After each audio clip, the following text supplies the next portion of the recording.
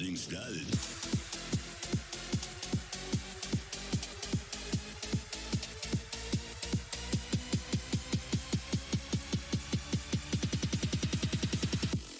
Fools. All of you.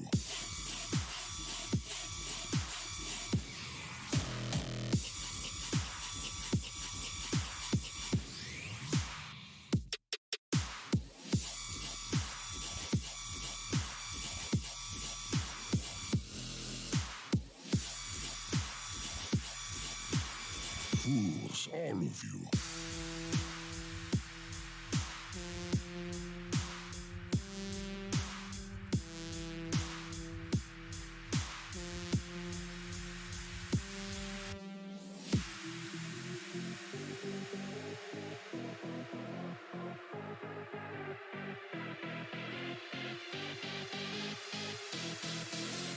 It's time to get this thing started.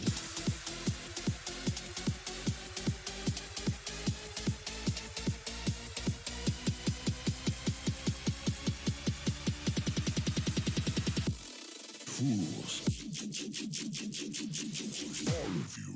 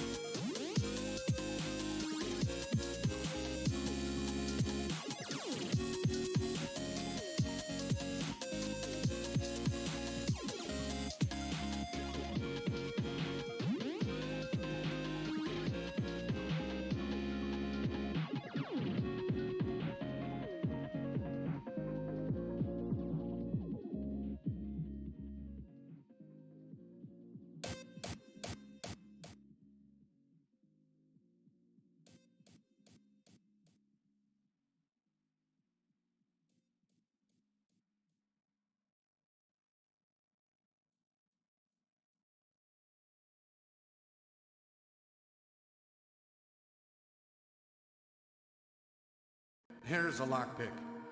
It might be handy if you, the master of unlocking, take it with you. Looting through the rubble, leaving cities war-torn, still incurring war scorn. Ragged and I'm forlorn, trying to unlock this. Open with my lockpicks, punching with my second hand every time the clock ticks.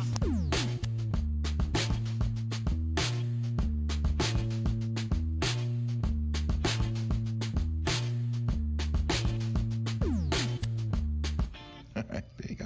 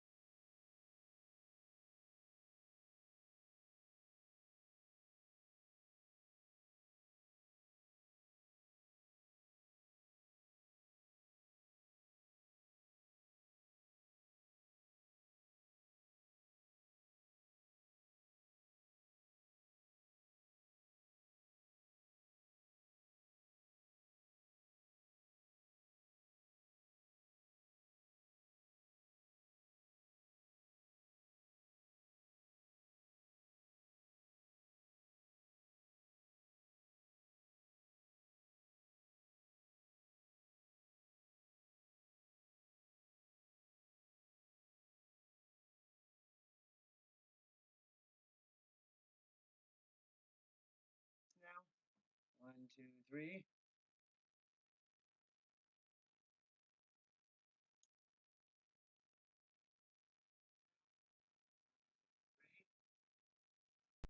I find it odd that I think the USB one is not working.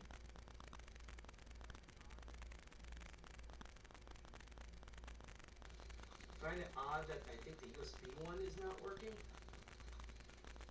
I see. It seems that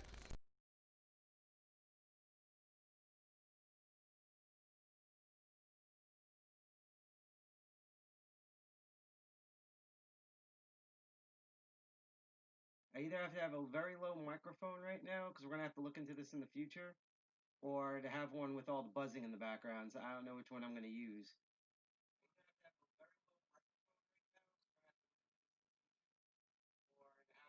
I'm going to stick with the low microphone one, just because that way, at least, you might have to raise your volume at home, but at least you guys can hear me. So, with that out of the way, see if I can raise this even more. There we go. Sorry about that. One of these days we'll actually get a master of unlocking that's on time. Hello everyone out there in chat. For those of you who don't know, I'm known as Sidepocket. This is Pusheen eating noodles, which is what I wish I could be doing right now. We are part of a group that is called DEFCON 201. It's a computer hacker group that is in Jersey City, New Jersey. Last Friday we had our big meetup, which was really exciting because we actually got to go outside in the air with other people and the fire trucks and everyone dropping F-bombs. It was pretty great, and we also had a very lovely lineup of speakers at that. But that's not what this show is. This show I do every other Sunday. This is called the Master of Unlocking, where I teach people lockpicking and lock sports. Because while I finally was able to teach some people in person, it's still not enough. It's still not the old crowds that came out because obviously COVID's going around, the police brutality and stuff like that. So I'm still going to do this show. I'm still going to teach you guys how to do all sorts of stuff. And I just want to double check. Let me in chat know if you can hear me. I'm going to try to speak as loud as I can because my co-founder just came back from a really wild weekend and is basically passed out right now. So also, if you want to know more about DEFCON 201, you can you can go to the website www.defcon201.org. You can also follow us on social media. We're known as DEFCON 201NJ on Twitter, and pretty much DEFCON 201 on every other media platform such as Instagram, and we kind of have our TikTok stale, but that's still there. GitHub and all of that. You can also reach us at a .onion that is way too long to pronounce right now. And now, without further ado, since we did have a delay, I'm going to get into what the subject is today. So, I'm still in a bit of a pickle because I only have X amount of finances to do things, meaning I'm still stuck with my current kit, which is a very large beginner to intermediary training kit. But it's still, I want more stuff. I was supposed to get all sorts of stuff in the summer between a COVID and forced laid off until I can get back to work, and the fact that none of my stimulus stuff got in because the government hates me, because they probably hate this hair. I'm still stuck with stuff, so I'm still kind of stretching for time. So what I decided to do this episode is this entire episode is going to be a little bit of a redux. Because again, I got the new. I'm using my phone as a secondary camera, and that one actually has focus on it so I can zoom in and really show you all the details as opposed to previous episodes which are blurry. Today's episode we're going to be focusing on what I currently have with the kit in terms of intermediary to technically advanced security for locks. Like what's the deal behind lock security, where a lot of it is security theater, what to look out for security theater versus real security measures, what those real security measures are. And just want to clarify, this is only going to cover pin and tumbler locks, by the way. And then you get to see me struggle with a bunch of crazy locks. And also, I just want to let everyone know out there that while I do appreciate and I love all the lurkers out there, I love each one of you watching. I love talking with chat. So if you guys have any questions about what I'm doing, or you can't hear me, or I need to slow down with my explanations or speed up, please let me know. So that way I can do it, because I love talking with you guys in chat. If you want to continue to lurk and you haven't subscribed or follow us on Twitch, DLive, YouTube through Invidious, and the few remaining people out there who are currently on Mixer, because we're not going to shut that down until this upcoming Hack All and Commander episode. You can go and hit that like or subscribe button on the platform of your choice. If you're on DLive, keep sending us lemons, because we're going to keep occasionally. What we want to do eventually with DLive is for all the people watching on DLive or DLive, we want to hand out as many lemons as possible for those viewers. If you're on Twitch, not only will we read the alerts when you follow us, but at the end of the whole thing, we're going to raid another channel. We usually raid the woke channel to just keep up on all the protests that are going on for people's rights. Sometimes we raid, sometimes other hackers are streaming, so we raid those. But at the end, you'll be able to go to another channel that you never thought check out. So before I continue on, and because unfortunately Tool has antiquated PowerPoint files for this, and also this computer is still not currently set up in order to properly display PowerPoint files, I want to go over a couple of things before we start, like we do every episode. So the first thing is that even though I'm a Tool member, that is the Open Organization of Lockpickers, it's a international guild. When I refer to Tool in particular, I'm referring to the United States division at TOOOL. That's Tool with 3 O's.us. Even though I'm a Tool member, this has yet to be sponsored or endorsed by Tool. So do not take anything I say as part of what Tool believes or Tool thinks. This is just my own personal way of teaching people how to pick locks and techniques that I've learned and stuff like that. So we got that out of the way. The second big thing that we do every episode, you guys can basically sing along with it as if it's like a kid show, is we have 2 rules that we do follow from Tool on this show. And that is one, and let me do some hydration squad real quick. This is probably going to be the shortest episode we've done. One is that whatever you learned from this live stream or past episodes, do not pick locks that you rely on, and do not pick locks that you don't own. Egro, the first one, if you learn these techniques and decide, hey, I'm going to try this on the lock that I used to hold my gym locker, like people know what the gym is with COVID, but still, or like locks that you use to hold fences together or deposit boxes or whatever, or your doorknob, do not do that. You rely on those locks. Lock picking will always eventually wear out locks if you do it enough, and you also run the risk of either breaking off your tools in the lock, breaking the lock itself, or doing all three. All the locks that you see here, I don't do for personal use. These are locks that I particularly have in my training kit to teach myself and mainly other people how to pick locks. That's their only function and purpose. The second one is if you've learned these techniques, the various pick and raking techniques, and you go, hey, and you wander around, you see, oh, there's a master lock number 3, or there's this combination lock that I saw on the stream. I'm just going to whip out the tools that I have, just unzip, whip out the tools, and start lock picking away. Don't do that. Again, you don't own that lock, and you probably don't own the property of that lock, the door that the lock's on, etc., etc. You did not get consent from people, and we don't endorse breaking and entering and that sort of crime. So if you get arrested for doing any of this stuff there, we told you not to do that, right? We told you not to do that, so we are not liable for that, and we're going to laugh at you because you didn't listen. Okay, so again, do not pick locks that you rely on, and do not pick locks that you own. And this is not, even though I'm a Tool member, this is not a Tool endorser sponsored stream. Okay, so let's get into what's today's topic, and I might have to run over to grab one thing that I forgot, but let's do the camera dip. Here we go. And this is our work table today. I'm going to move the phone a bit to the side, which now you can fry an egg on. And I'm going to grab something real quick because I think I have this in my kit. If I don't, I actually might be able to bring it up on the web browser, so just give me a moment here. Because one of these days, I'm actually going to buy lock picks. I'm going to buy new master locks and actually keep this.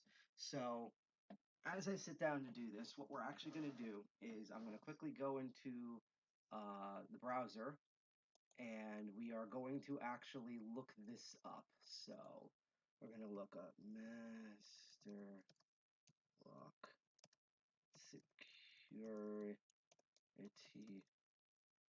rating. That should do it. Let's see what DuckDuckGo finds.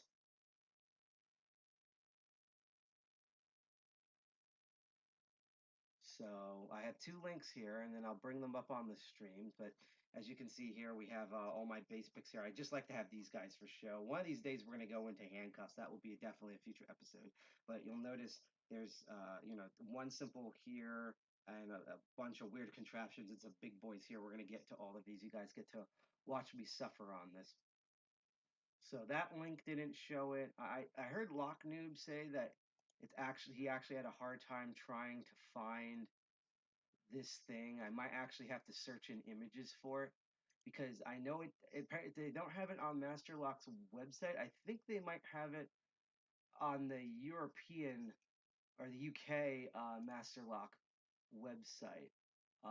Let's see here. What can we find on here that will actually have the packaging that we need here? I actually just saw Lock Noob's little preview thing here. So Master Lock. Let's search for packaging.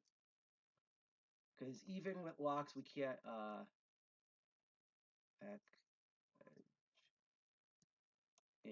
Because even when lock picking, we can't get away from packages and package management. Na na na na na na na. Here's an idea. Let's type in Master Lock UK security rating. And again, if you guys have any questions about like what we were talking about last time on last episode, or you want me to talk about other hacker things or things in my personal life or whatever, feel free to communicate that to me. I'm all ears in chat, or all eyes in chat, I should say. So,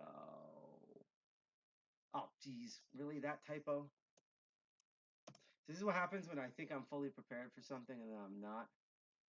So let's see here.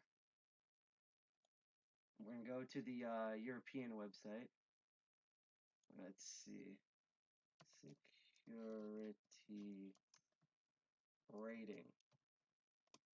I know this is so fun because we're not actually doing anything, but don't worry. There's going to be literally a point where I'm probably going to give up, and I actually just might load Locknoob's video, just because I remember him saying this was a really big pain in the butt to find this. My problem is when I bought a lot of these master locks, I always threw out the packaging on them, and that was a big problem because then I would try to explain things about master locks and realize I didn't actually have the rating system for the that's on me, like physically, their rating system. So I'm gonna actually bring up Locknoob's video because this is what happens when I give up.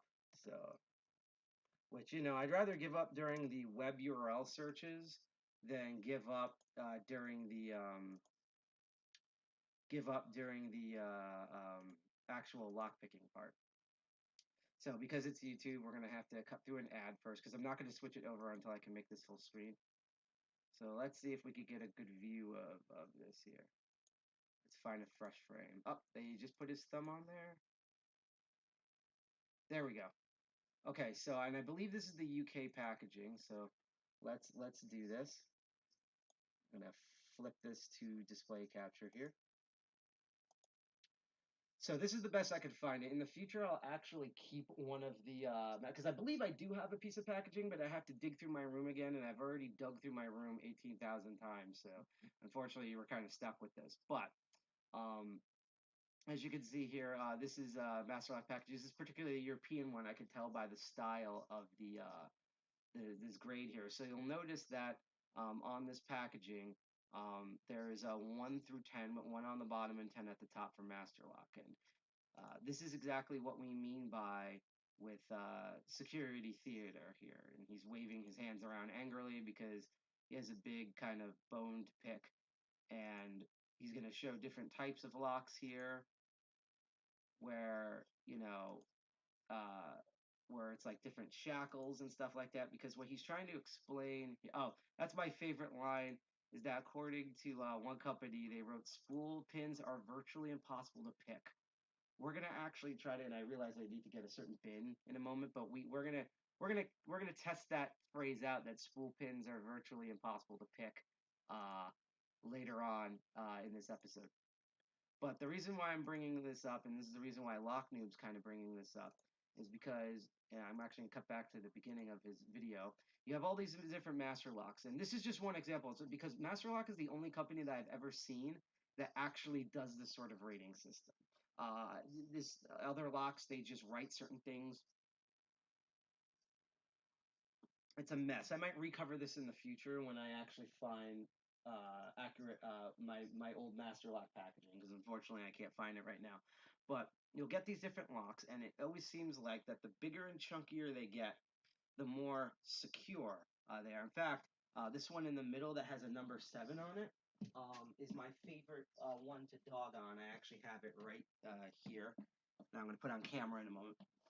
But there's basically a bit of a misnomer here, particularly of how Master Lock rates stuff, which is, and I'm actually going to now exit out of this and go back to the normal stream here, is Master Lock's rating for their locks is mainly based on 2 main things. The super main thing is the security rating is not for burglars per se, it's for its actual durability when being locked to something. Because Master Lock assumes, particularly with their padlock lines, that you are going to do security stuff outside. So you're going to be putting these padlocks outside. So for example, this my favorite. This is Master Lock 140. This is, I call these my small brass boys. I believe they're rated at number 3 out of 10, and that's because it's solid brass. So that's better than like a whole plastic case, and it has a metal shackle. And I believe these, I think, might be ball bearings. Actually, you know what? Let me check to see if the shackles are ball bearings. And don't worry, in a moment, I'm going to explain why I'm saying is this ball bearings. So we're gonna actually, you know what? Just for the sake of time, I'm actually gonna rake this guy open. So we're going to do all of this here with this S rake, because I want to look at the shackle here and determine if I'm going to look at the shackle here and determine if these have ball bearings, because I think even the low end Security locks have they have ball bearings for the shackles. And I'll explain what that means. And in a future episode, there we go. We're actually going to do actually, this is even worse Security, because, and I'll actually go to the close-up cam for this.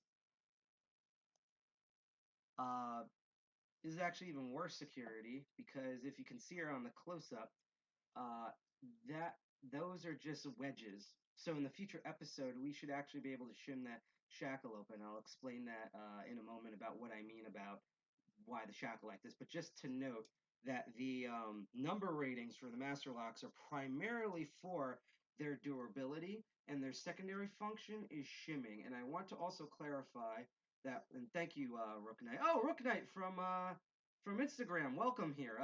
Sorry, we're usually more professional than this, even though it's really unprofessional on the stream. But you know, just you know, everything was crazy today. We had a great Friday meeting, so I was passed out for an hour and a half. But it's nice to see you here, because I love following your Instagram. But yeah, when Master Lock does its rating system, we're only picking on Master Lock because Master Lock always asks for it. They're talking about the durability of this, so like, you know, taking this and hitting it with another object. Same thing with hitting the shackle. And also, they rate it also for shimming. But to note about the shimming, when they're talking about shimming, they're talking mainly about the actual shackle latches here. Thank you, Hook Knight. And I'll show you what I quickly mean about that. I'm not going to actually pick this guy open because, I mean, it's basically equally as fast as the keys, but this is the clear demo lock that I used. So this also has that same wedge design. The Master Lock number 3s that I have, which I could show you in a moment, and I will review this in a future episode when we go through shimming and bypasses. About what I will go more into depth about that, because I'll actually show you how to do the shackle bypasses on padlocks with a certain security fault like this. But what I mean here is that what they're judging is your manipulation of the shackle. That's what they mean by shimming. That's known as shackle shimming. What they don't rate them for is, remember I said this is the core plug on a previous episode, and that when you have when the key and driver pins are all lined up, it moves this thing. See that thing moving at the top here? Like when I twist this, you see that piston moving? That's the actuator. Master locks, these locks are not rated for the manipulation of the actuator in terms of shimming.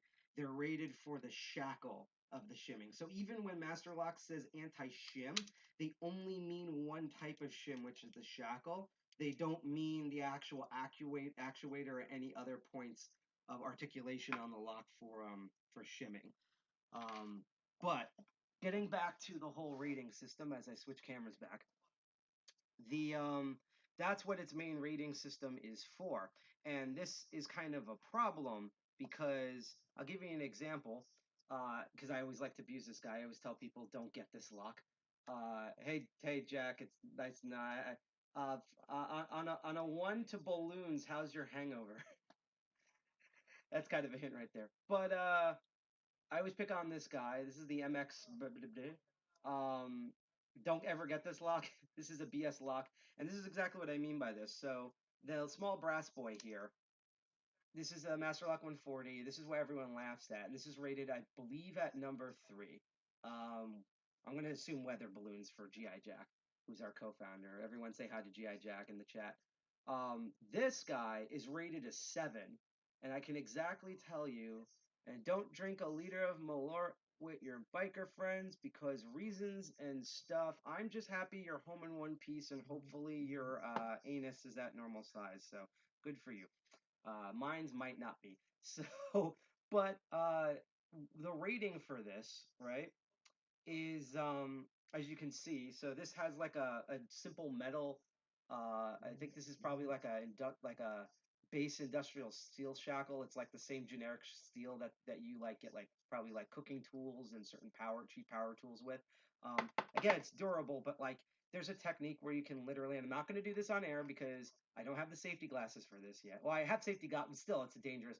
Where there's a technique, a bypass technique, where basically you break the lock by taking two like wrenches, like what you would use to move bolts in like an automobile engine, and you stick them in the shackle and then pry them separately, like what I'm doing with my thumbs, and it will break the shackle open. That will pretty much work on these. Also, blow torches will instantly go through these things. The reason why this is rated a 7 is because this has, and you can, when I go to the close up, you can actually read this. Let me put it right side up here. There we go. It says, let's try to get this. I'm still not used to this camera in focus. See what it says on the shackle? It says boron carbide shackle. This is a very reinforced metal. You can also tell by the construction design of these. Let me stand up to do this. The construction design of these, that you see how round and simple this one is? Look at the octagonal construction of the shackle, and the also obvious difference is, we all know we all knew who came from the West Isles, because this guy is definitely thicker than this guy, and that's what they said during Pride. But still, the construction of this, even the body of this, is very robust. Another thing about the rating for this, even though this tore off after use, is similar to this guy. This used to have a plastic flap over the dials, so that would protect the dials. That's what primarily the rating is for. And when I open it later, you're going to see that instead of the little wedges that were on the clear lock, you will see that these are curved, which means they have ball bearings to hold the shackle in. If everyone in chat understands what I'm talking about, if you need me to go over and re-clarify things, please let me know. But yes, so according to Masterlock, because of the boron carbide re-enhanced steel, and how freaking, I mean, you can hear it, how sturdy, how bulky this thing is. This you might be able to use a super high blowtorch to eat through this, but it's going to take minutes to potentially like a half an hour to get through this shackle with like a super high powered James Bond type laser. So that is the durability, plus the fact that you can't do the shackle shimming technique, not only because of the octagonal construction of the shackle, but because it also has ball bearings, which makes that technique useless. Masterlock has rated this a number 7.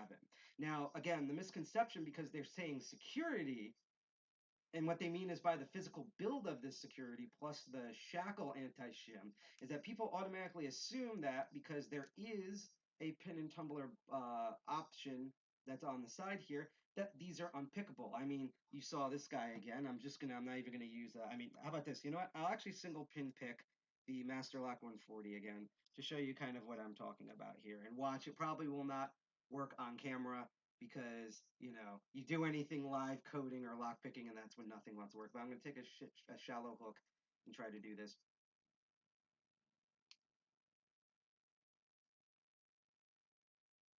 I'm probably over tensioning because I'm getting hungry. I'm not gonna lie. Every master of unlocking, I'm like a poor Ethiopian child, and I'm like starving. Actually, this time I'm gonna try front to back here. Let me reposition my tension wrench. There we go. Because I know it should be the last two. There we go. So yeah, pick that guy open. I can tell you right now, there's 4 pins in here. If you don't believe me how there's 4 pins, there's an easy technique to find out that we covered on a previous episode. You take a tool. My favorite are these half diamond picks, where you basically any tool that has a flat edge on the back side of it. And if you want to know how many pins a lock has, you have the flat edge face towards these top key pins, and you put the tool all the way in the back, and you push up, which will lift all the key pins and driver pins up. And then as you pull back, I'll be able to feel each pin drop, but you guys, if it's really quiet in here and I calibrated the sound correctly, you should hear the pins drop. So we're going to hear this, right? So I'm going to pull out slowly because that's what she said. 1, 2, 3, 4. That's 4 pins. I'm going to do it really slowly again and not count. You should be able to hear this. If not, let me know in chat and I'll try it again.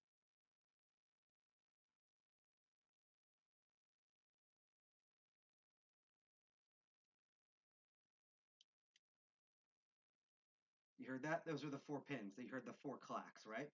And this is the lowly security thing. You saw me pick it open like nothing, right? This is a 7. This is rated a 7 by Master Lock. So to most people, this should be pick resistant like crazy.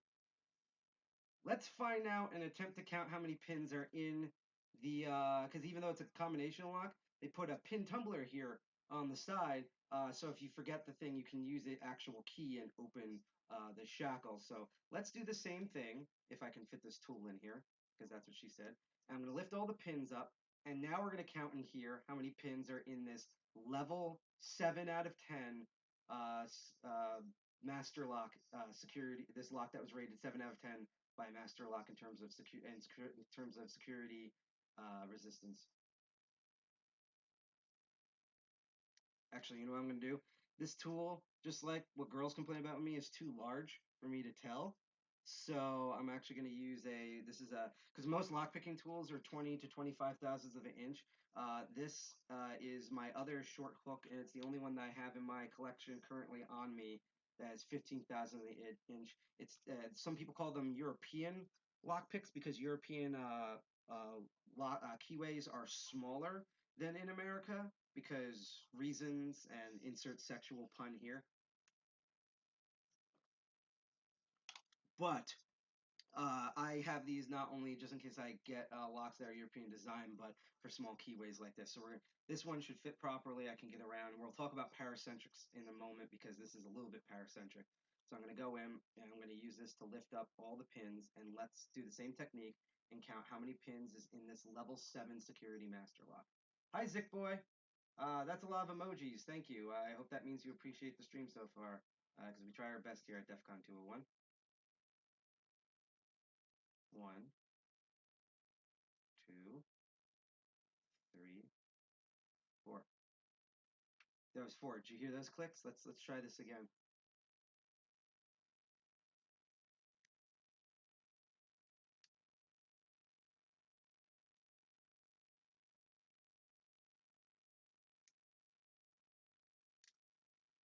That's 4 drops. This has 4 pins in it. And I can tell you in advance, not only does this have 4 pins in it, just like the Master Lock 140, remember this one was rated 3 out of 10 in security, and this one was rated at 7 out of 10 security. Not only does this have the same 4 pins between the number 7 security rated Master Lock has the same amount of pins as the number 3 rated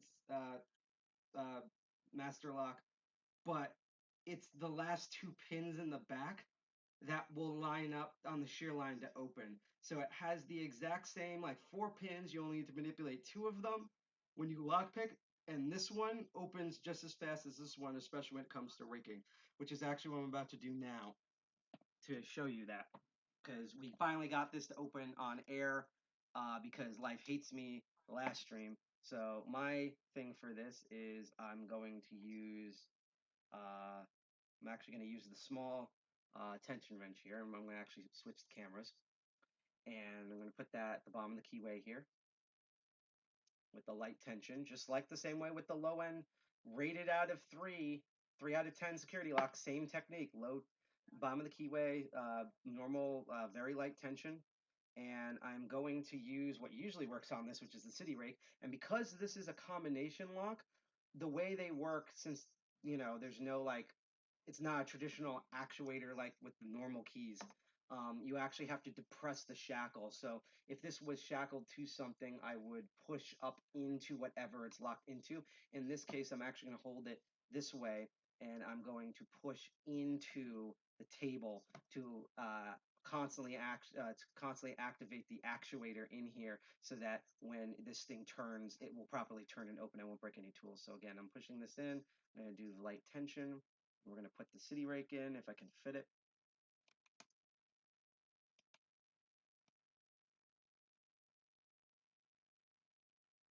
Let's try that again.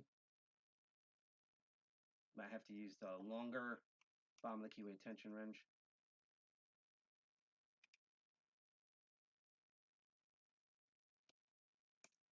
I'm just doing the rocking technique.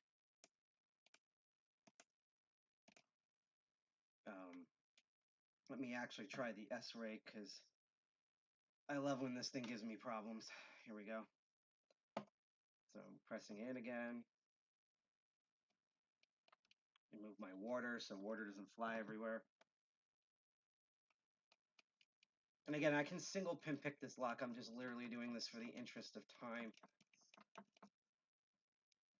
Let me try to set the pins. I love that we only open this one, because every time we're off stream, I open this like 5 times off stream to make sure this thing works. And then what happens is we start streaming, and then it refuses to open. It's just like some of my X's. Let's try this guy. See if this might work. Might not be able to even fit the tool in here. Here we go.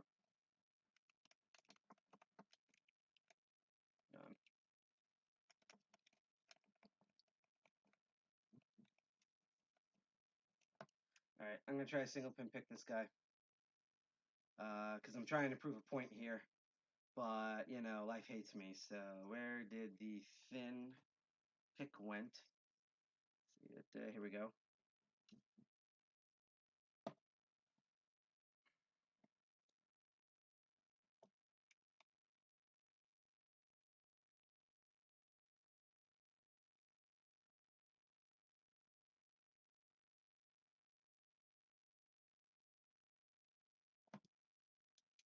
Go back to the normal tension wrench.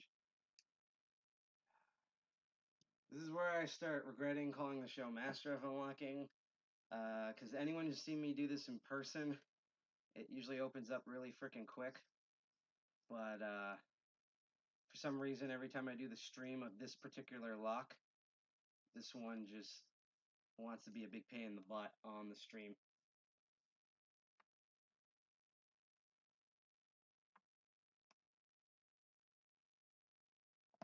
Try that again.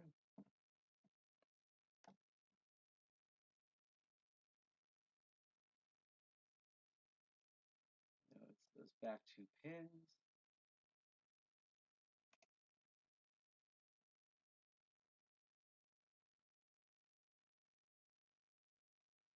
I think I'm oversetting them, that's why. My hand's also cramping. Let me get some water here. I also want to make a note again that because of the metals being used in locks, as well as that some master locks, like the master locks number 1 through 5s, are lubricated, and a lot of advanced locks are also lubricated, that if you want to eat food or scratch your face or whatever when you're picking locks, make sure that you wash your hands before you touch the food or touch your face or your kids or something, because not only during COVID will that spread germs, but that will also you will also absorb the nasty metals and oils of the actual lock, and we don't want that, do we? That would be a bad detriment to everybody watching the live stream if that happened. Wow, this one really wants to be a pain in the butt today for no reason. In fact, you know what I'm actually going to do here? Just because I'm more used to this, so unfortunately won't really be able to see this on stream. A lot of times when I do this guy, and it's probably a bad habit, but what I usually end up doing is I actually push this into my leg, and then that usually gets it to open. For some reason, I usually have better control. Let me actually reposition my hands so I can do this.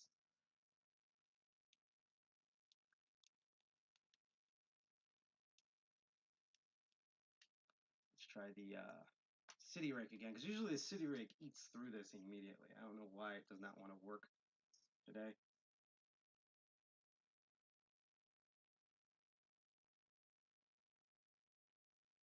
legit does not want to work with me today. I'm actually getting the tools stuck for some reason. Let's try this again. This is why I'm going to eventually get an entire series that is 15 thousandths of an inch every single tool so that I don't have these issues anymore. Because what I'm going to do is as soon as it starts rotating, I'm going to transfer this on air because I'm not doing any like sort of magic trick here or something with sleight of hand. It's literally, this is how I do a lot of this type of stuff. So, or like I have the table like completely clear. Yeah. Because this is not because it's high security. I guarantee this is 4 normal pins in here. It's just literally because the keyhole is smaller and the fact that I have to like super actually use the actuator for this. And because of trying to, yes, the any key right here. Yep, Shady Man. That's one of our favorite stickers. We were given a ton of stickers for in-person meetups all year, and then COVID happened. So I was really happy to hand some of those out for the people who showed up in person. We actually have so many that I'm going to see if we might be able to mail some of those stickers.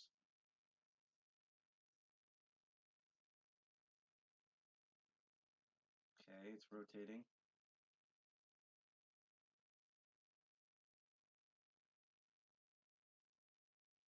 Why are you trying to be a pain? Why are you being a pain now? In fact, I'm going to try something slightly different here.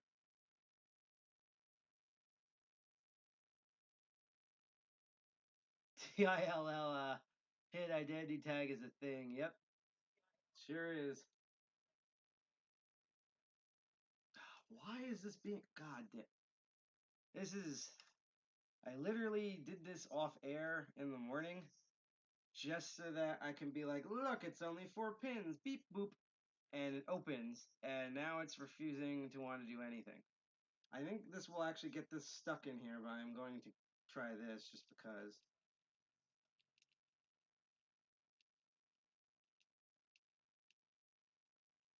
Yeah, no, literally, it's because DEFCON 201 has a very bad history with the demo gods in general, and particularly on this show with this particular really crappy master lock. I've opened these attached to gates for ones that people wanted to remove and they didn't have the key for, and things like that. But for whatever reason, um, uh, like when I do this on air with the exact same technique, it just doesn't want to open. It did it last episode. So it might also be like my hands might be like sore over tensioning because again, I usually eat dinner after the show. So like I basically get more malnourished and more malnourished as the time goes on. And this is actually kind of a thing because I am going to keep working on this to prove a point. But when you're lockpicking, eventually your hands will cramp up. Just like mine just did. In that situation, because you're in a training simulation essentially, you're not doing this on the field. You need to stop and you need to relax your hands, wave them out, stretch, relax, to get all so you can get your motion so you don't cut circulation off and things like that and develop carpal tunnel. And then when you feel relaxed enough, you should go back to doing it. And that's exactly what I'm doing right now. It's also difficult because, again, a lot of these high security locks, because they're beefier, because they're trying to beat like hammers and stuff, they're also heavier.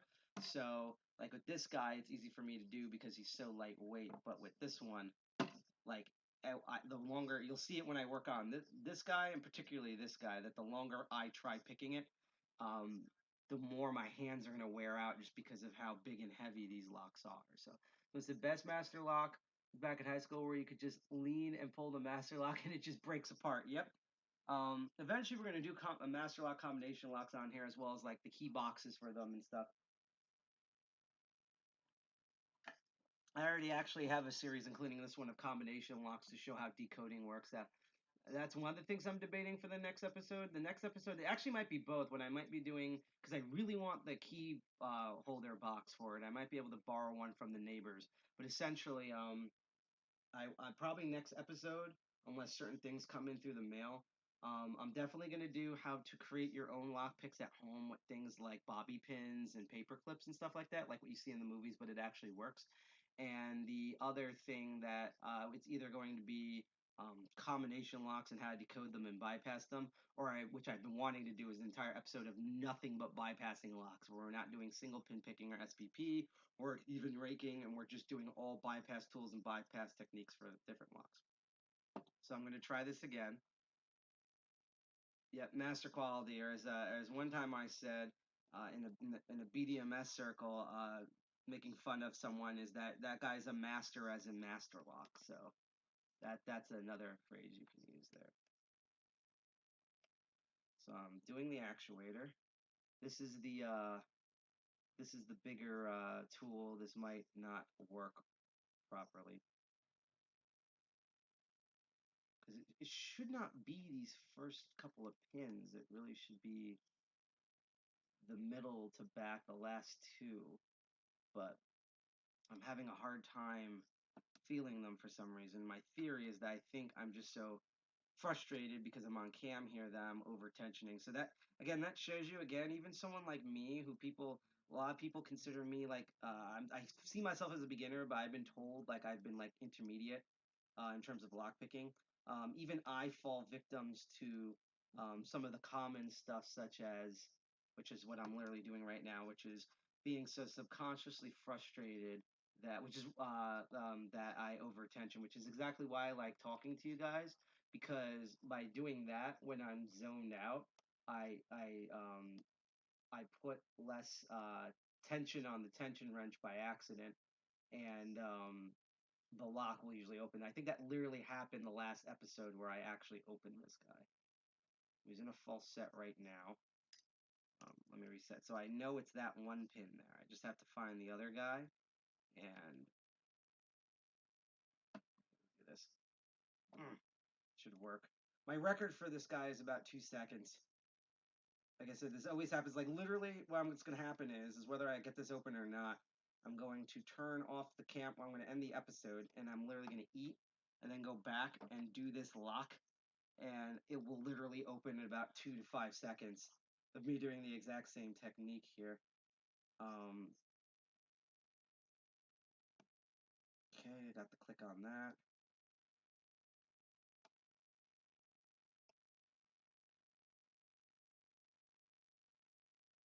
Let's try raking it again. So it's like, this one's literally very camera shy. Yes, fatigue is real, mental or physical. That's exactly why in May we had the mental health hackers on. There were great people to talk about mental health in the community, because I feel that we still don't talk about things like that as much as we should, and especially during these trying times with like COVID and police brutality and just the horrors that you're seeing in the United States alone, never mind around the world. And that, plus AI bots not being able to figure out the difference between nudes and sand dunes and things like that will put a lot of stress on people. So it's really important to, like, check yourself, check others, ask people about their days, things like that. Yes, Neurohacker. I believe we follow him on Instagram. I'll have to double check that one, because right now we're using the phone as a close up. I'm like very close.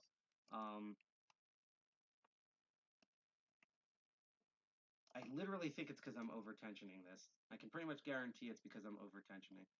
That, and this thing is constant camera shy. So nothing. So if I move back, I'm actually going to try one crazy thing right now and hope that this works. I'm actually going to use a half diamond, because that might be able to give me more ping control on this. We're going to find out.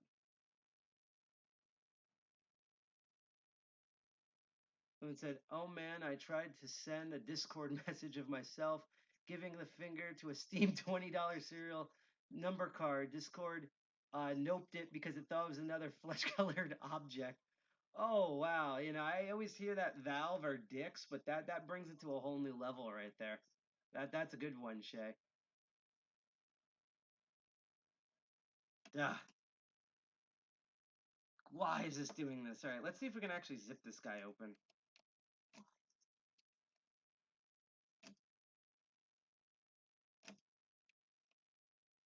Because I guarantee, if you know basic lockpicking and you have like a 15,000th of an inch pick with a bottom of the keyway tension wrench, you should be able to pick this thing really freaking fast.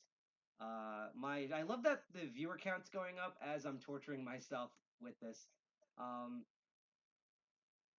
Literally, what's going on is this is the part where the stream sucks, and it sucks because the rest of these guys are going to be super difficult. So this will be kind of funny. All right, so I'm going to do is I'm going to relax this hand, and I'm going to actually try a different technique, and I'm going to zone out and not pay attention to anything, and I'm going to be hyper focused on the internals of the lock and what tensions I'm doing. So pray for me for this. So here we go. So I'm going to take this guy. Let's actually rotate it back. That also might have been, I might have not actually properly reset the pins.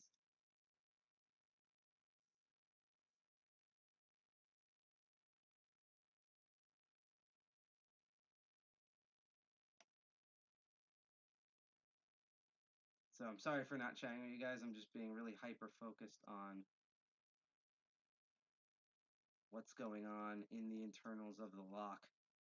Trying the reverse technique where instead of zoning out, I'm going to be like super into it because I think I know what's going on. Worst comes to worst, you're going to have to take my word for it or look up Lock Noob's video about it, and I will actually show the other more famous bypass you can do with this guy. So that's the worst thing that could happen, actually. Let me try this. Take that so it's not completely in there. Okay, so it's that back pin, setting that.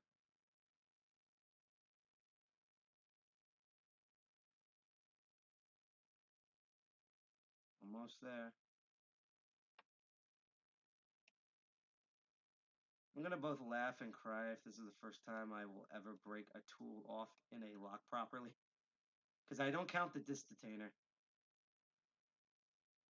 The disc detainer was a fluke.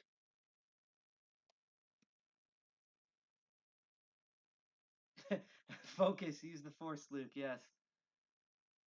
Although right now I more feel like I've lost my, well, it's his right hand, I believe.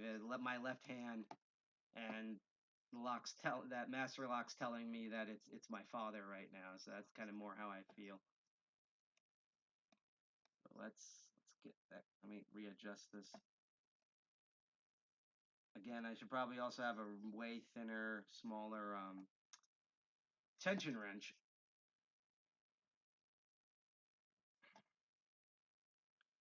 But again, I'm trying to get the moolah to give you guys better episodes, both not only online, the better episodes for Master of Unlocking, but also just better episodes in person. Better classes in person when you guys show up or whenever they open tool meetings back up. Okay, let me relax this hand again. I think I'm going to spend like 5 more minutes on this. If not, we'll go on because we still have all these other locks to torture me with. And I still have to go in after this lock and explain about security pins. What really super sucks is that I'm trying to get a master lock that's rated level 10. That's what I'm going to do next because I know where to get it. That has the same 4 pins, but I don't have to do this press down technique, and it has a normal size keyway. And to me, that would be a better example of opening a number 10 and opening a number 10 after opening a number 3 to kind of better explain about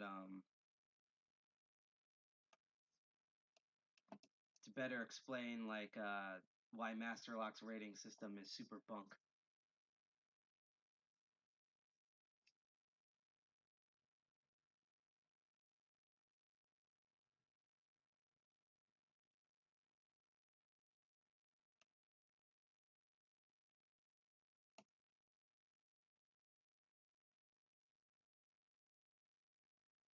think after this, I'm going to do what I probably should have did and just practice with this one all week until it's literally muscle memory.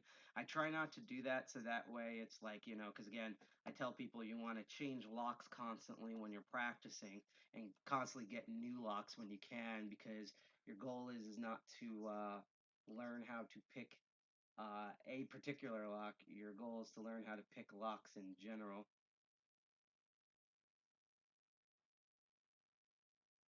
Come on.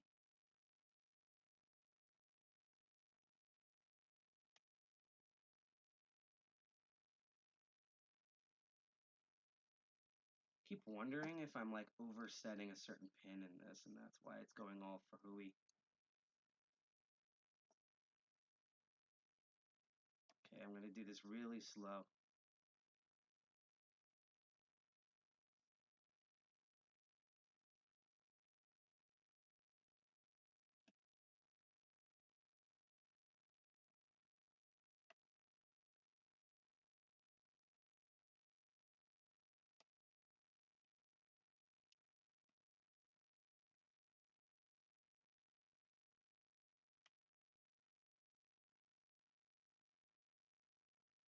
I feel like what's probably going on is I'm being like over tension and I'm oversetting that back pin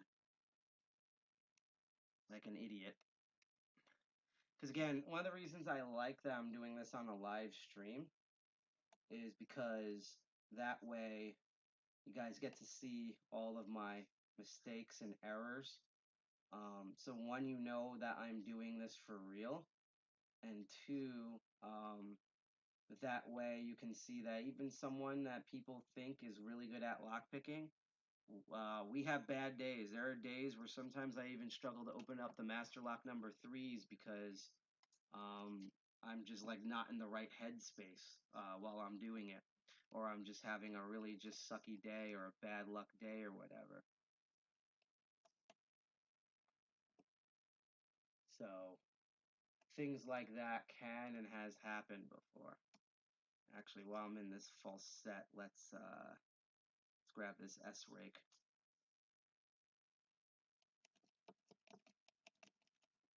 Take this guy. I'm gonna take these two tall ones off, so that way I'm not worried about them falling over.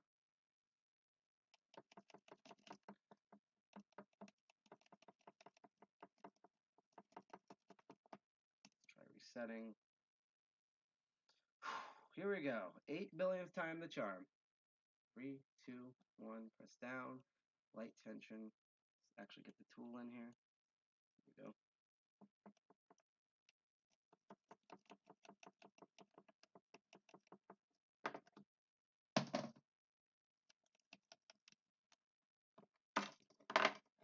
Here we go.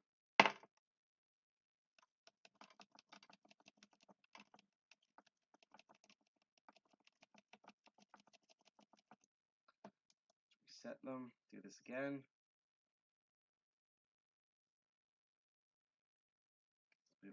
Let's try this in just enough tension for the core to turn.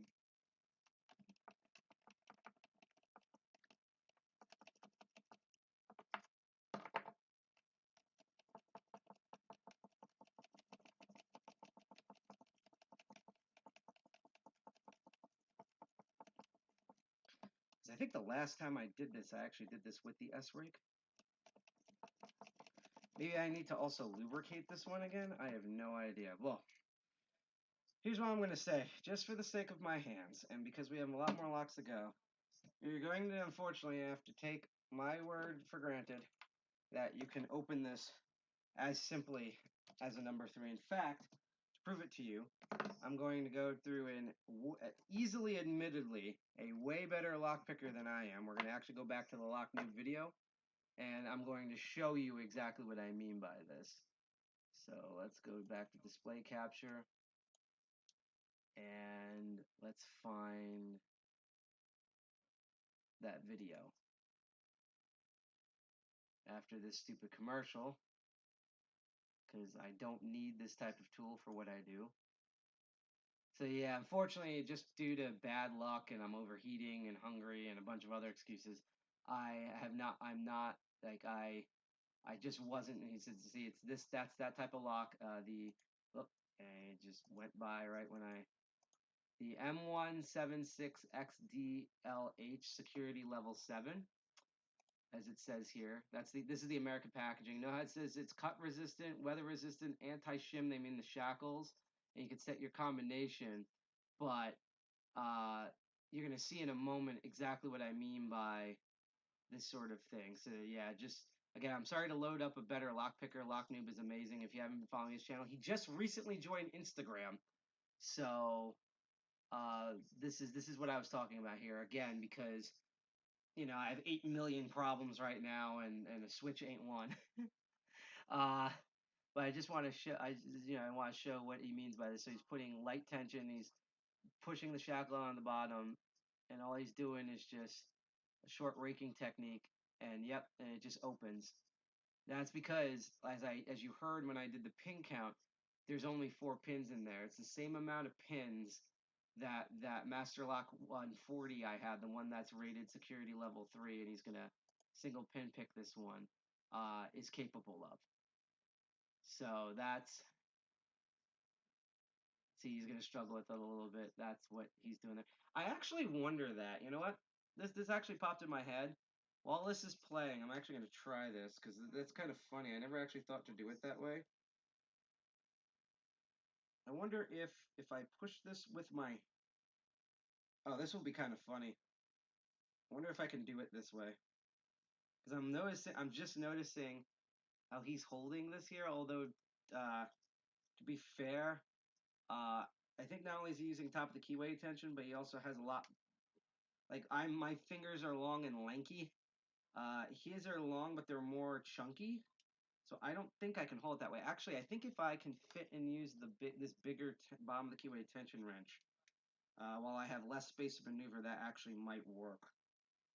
So yeah, I'm gonna laugh my ass off if this actually bothers to work, if I hold it in the same weirdo way he's actually holding this. It's like the worst way to hold this thing. Actually, unfortunately, this longer one is so big I can't even fit the tool in there, so that doesn't work. But anyhow, I just wanted to show that these are actually incredibly easy to both rake and single pin pick despite my failures. Simply because they have the same 4 standard pins as this Master Lock 140, as this guy. It's 4 pins, the 2 pins in the back. There are no security pins, which I'll go into. It's just thanks to the fact that we're doing this live, and as a famous man once said, "F it, we'll do it live." I wasn't being able to open this on air. Actually, near the end, I might go back to this, and we'll see if we get this guy open. But I just wanted to prove a point about that when you see things like Master Lock's number security, they mean the build quality of the actual lock itself for like blow torches and hammers, and they're also referring to shackle shims, not the actual actuator or as we call them, the core shims. They can be picked open just like the lower security locks. There is an exception to this, which is this guy, but we'll get there into a moment. So before we continue on, well, first of all, I'm going to do a quick away from keyboard, to the point where I'm not even going to play music during it because I just want to get another rehydration drink. You'll see a big can over here. And then we're going to get into what actual security is, not the fluff where Master Lock says single pin, as it says, pin tumbler core for pick resistance, which means nothing. That's like saying computer has hard drive for hacking resistance. It doesn't mean anything. It means it has a hard drive. And I'm going to show like security pins and what's called a paracentric keyway, and that's going to be the main base security, because we're not going to go super crazy because when I don't have them, because there's other things like sidebars and things like that with pin and tumbler locks, but we're not going to go into that. We're going to focus on keyways and security pins. So just give me a moment and I'll be right back, because I'm literally just going to run and grab a drink. But before I do that, Rook Knight has made a comment saying Lock Noob is amazing. He's a big reason to why I started picking and started a locksport channel. Yes, which is funny because if I remember correctly, Lock Noob and Lockpicking Lawyer were inspired by Bosnian Bill, and Bosnian Bill got involved not only because of Wizwazzle, who currently makes lockpicks for Sparrows, but he also was doing it to respond to YouTube videos that were lying about lockpicking. So it's kind of funny how like everyone in this community, this is one of the reasons I love this community. Everyone is inspired by everybody, despite having internal struggles and bickering and some of the problems that like general computer security also inherits. I feel because of the smaller nature and just because of the nature of locks itself, I feel it's more of a cohesive thing than it is in like infosec versus hacking or whatever. But I will be right back. Give me a couple of seconds, and then we'll go into actual security stuff as my hands format from dealing with this heavy guy. So be right back.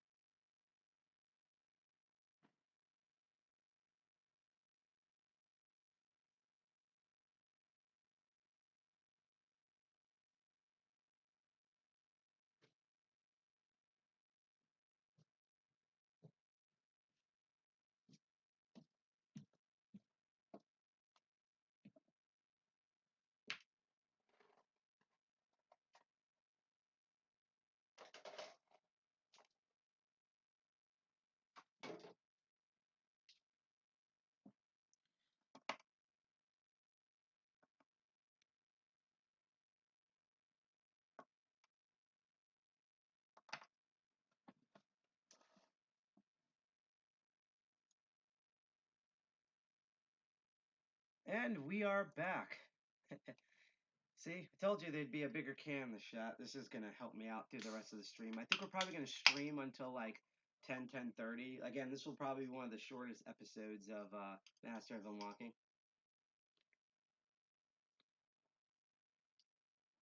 Oh, it's good stuff. It's not a Monster Energy drink, but they'll do, and they're only $1 currently. I also want to add in just real quick because some people might be like, "Hey, you know, I've seen this guy do pretty cool stuff, but then I see him get to like these locks and he struggles with it. Like, what gives?" I thought the show was called Master of Unlocking. Two things on that. One, as I said earlier, um, I I like the fact that because I think it's funny that a lot of the lock sport people during COVID are not live streaming. Ironically enough, Lock Noob has been live streaming occasionally, and I think very recently for Circle City Con, Deviant got the other big three. My friend Deviant Olam, he's a great guy. He's one of the chair people at Tool. You see him at any cons. He's off. He's basically every time you see Deviant Olam, he's picking a high security padlock with a Glock 18 while drinking like high end whiskey. That's basically Deviant Olam in one giant nutshell. He's a really cool guy to hang out with, and so is his wife Tara. Um, but he brought on the other three gods on lockpicking, who I admire. Lockpicking lawyer, Lock Noob, and Bonzi and Bill. But I'm actually kind of shocked that no one's been live streaming. In fact, I've gotten props from other lockpickers, including those guys, um, about doing this live stream on Twitch and everything, and YouTube all simultaneously.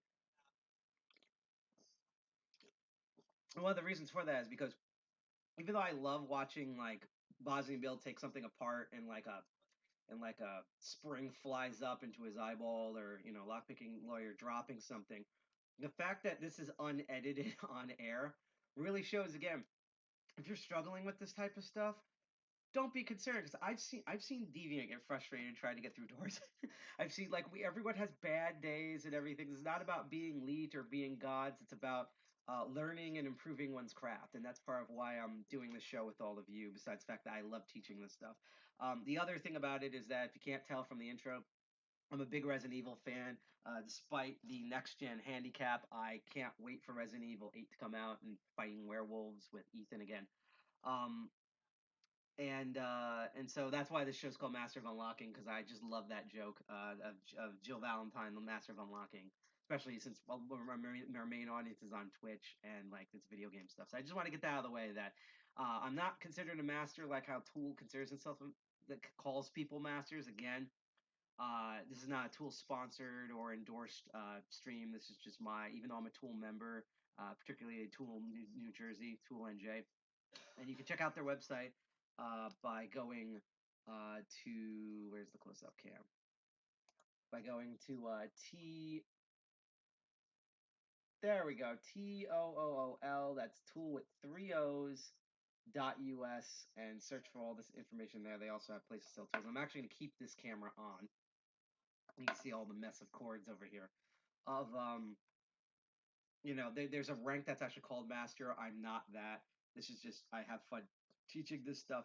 So I want to do this show and want to give a funny name. I'm actually going to adjust the camera just slightly here. There we go. Okay, that's better. So let's get into what actual security on a lot of pin and tumbler locks is, or at least the most common ones. Because there's also crazy things such as Asa Alloy, which as soon as you say Asa Alloy, or alloy, everyone's spine turns into glass because literally the mantra of that company is that they hate lock pickers and they develop their own custom pins and tumblers.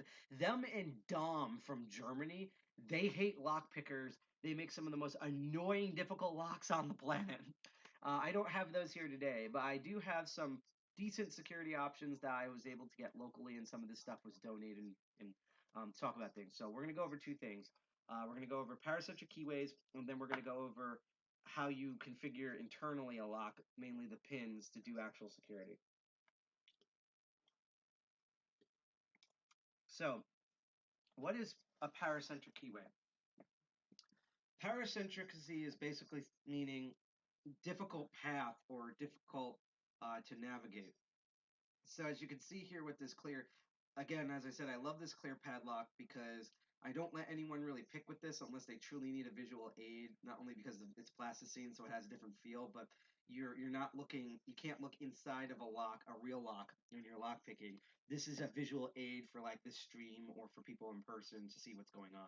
But one of the other reasons I like this is because this is like my go-to lock for showing security flaws in this. You can do bypasses with the actuator, you can single pin pick it, you can rake it. Has the worst flat bitting ever. You can kind of see with the way they drilled the holes in this how terrible I'm going to figure this out at one point. There we go. Of how terrible the bitting is, and also just the binding order. It has base wedge shackles, so you can shim it through the shackles. This is like my go-to, and one of the big things that it has that makes it a prime candidate is, you see that the entrance of the tumbler core? Note how it's almost a straight line. Yeah, there's a little bit of a curve in there, but not only is this cut almost a straight line, you can literally put a Mack truck in there. Like this is literally the longest and biggest, just like me, bottom of the keyway tension wrench that you can get. It's absolutely monstrous. To show you the difference, right, real quick, this, I'm using my normal tension wrench with a twist here. This is my favorite one. If I just take a normal lock and put the tension wrench in there, right, that's as big as it is. This is how long, and also the thickness in steel. Now check this guy out. It's like the difference between having wearing normal shoes and getting professional clown shoes. Like this is a really huge one. Just like the ladies like it, and I can just put that in there, and not only does it fit right in there, it actually you can wiggle it a bit because it has so much room. That's how large of an opening the keyway is, as well as how non-paracentric this keyway is. That it's basically a straight line, and it's just so wide open. I can take a top of the keyway tension, which you're going to probably see me use a lot of with these upcoming locks. The pry bars, sometimes they're called these thick ones are called pry bars. It's so huge that, again, I can just fit that. Let's get to focus.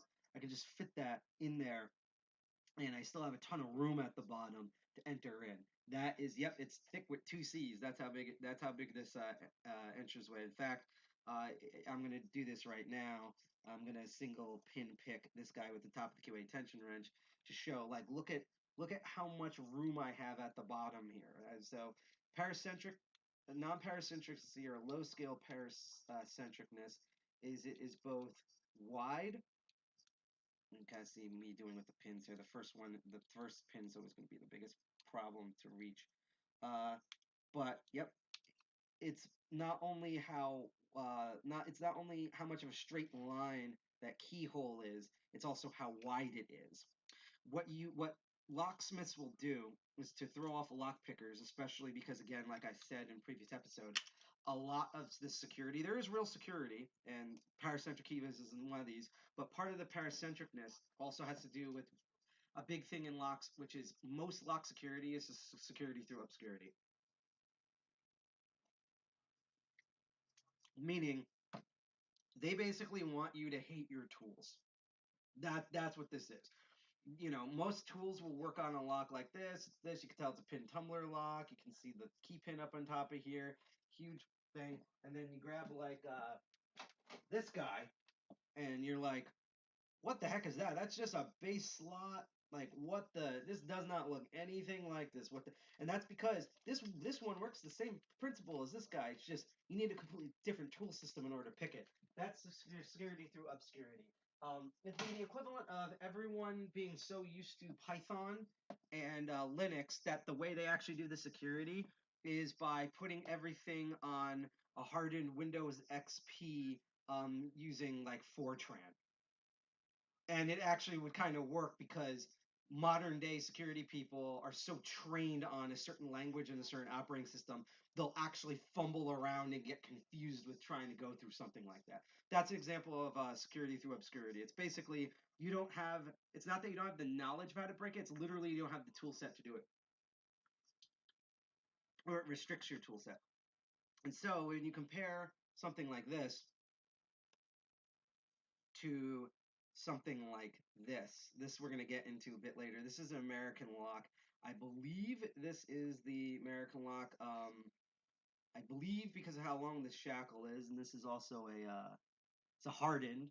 They don't say the technique, but it's a hardened shackle, so it's a lot more robust than this cheap Chinese plastic one or the tiny brass boy. It's also thicker because, you know, in locks we like thick, heavy things because the ladies like that, and some of the men too.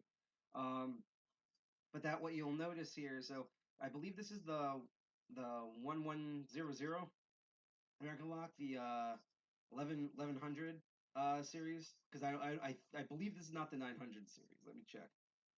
Yeah, series 20, and I think the design is the 1100. So again, when you look at let's get this back to focus again. Come on, focus. That's what Bossing Bill is. You can look at the hair on my knuckles. Look at that. But yeah, you see how much of a straight line that is? Now look at this keyway. And you'll notice something here. Let me actually attempt to take the tension wrench and see if I can upright it a little bit more. There we go. So not only, see, you can tell, and actually let me take a flat edge tool. Let me grab that tension wrench again. If I take something that's super flat and straight, you'll see how much of that basically is a straight line. Now look at this guy. There's a lot more of an S curve going on. In fact, there's two curves that mainly go through that.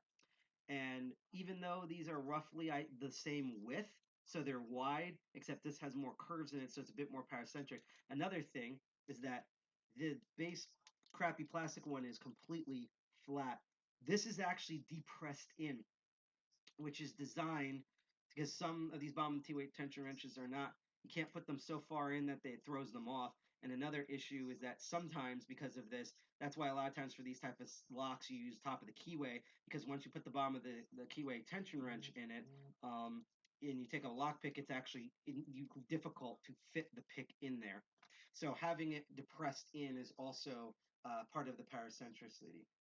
Yes, big fan of American lock. In fact, you probably know this, Rook Knight, but I'm gonna talk something about this lock when we get to it after we deal with this American lock. Let's see if we have another one that might be more of this one is more, these guys are like cousins. Basically, they're wide keyways, that sort of a thing. I actually might do something in a moment to reach out to see if I do. This one's also, it's a little bit more of a twist in it, but it's also still wide. I'm actually curious about something. Hey, Jack.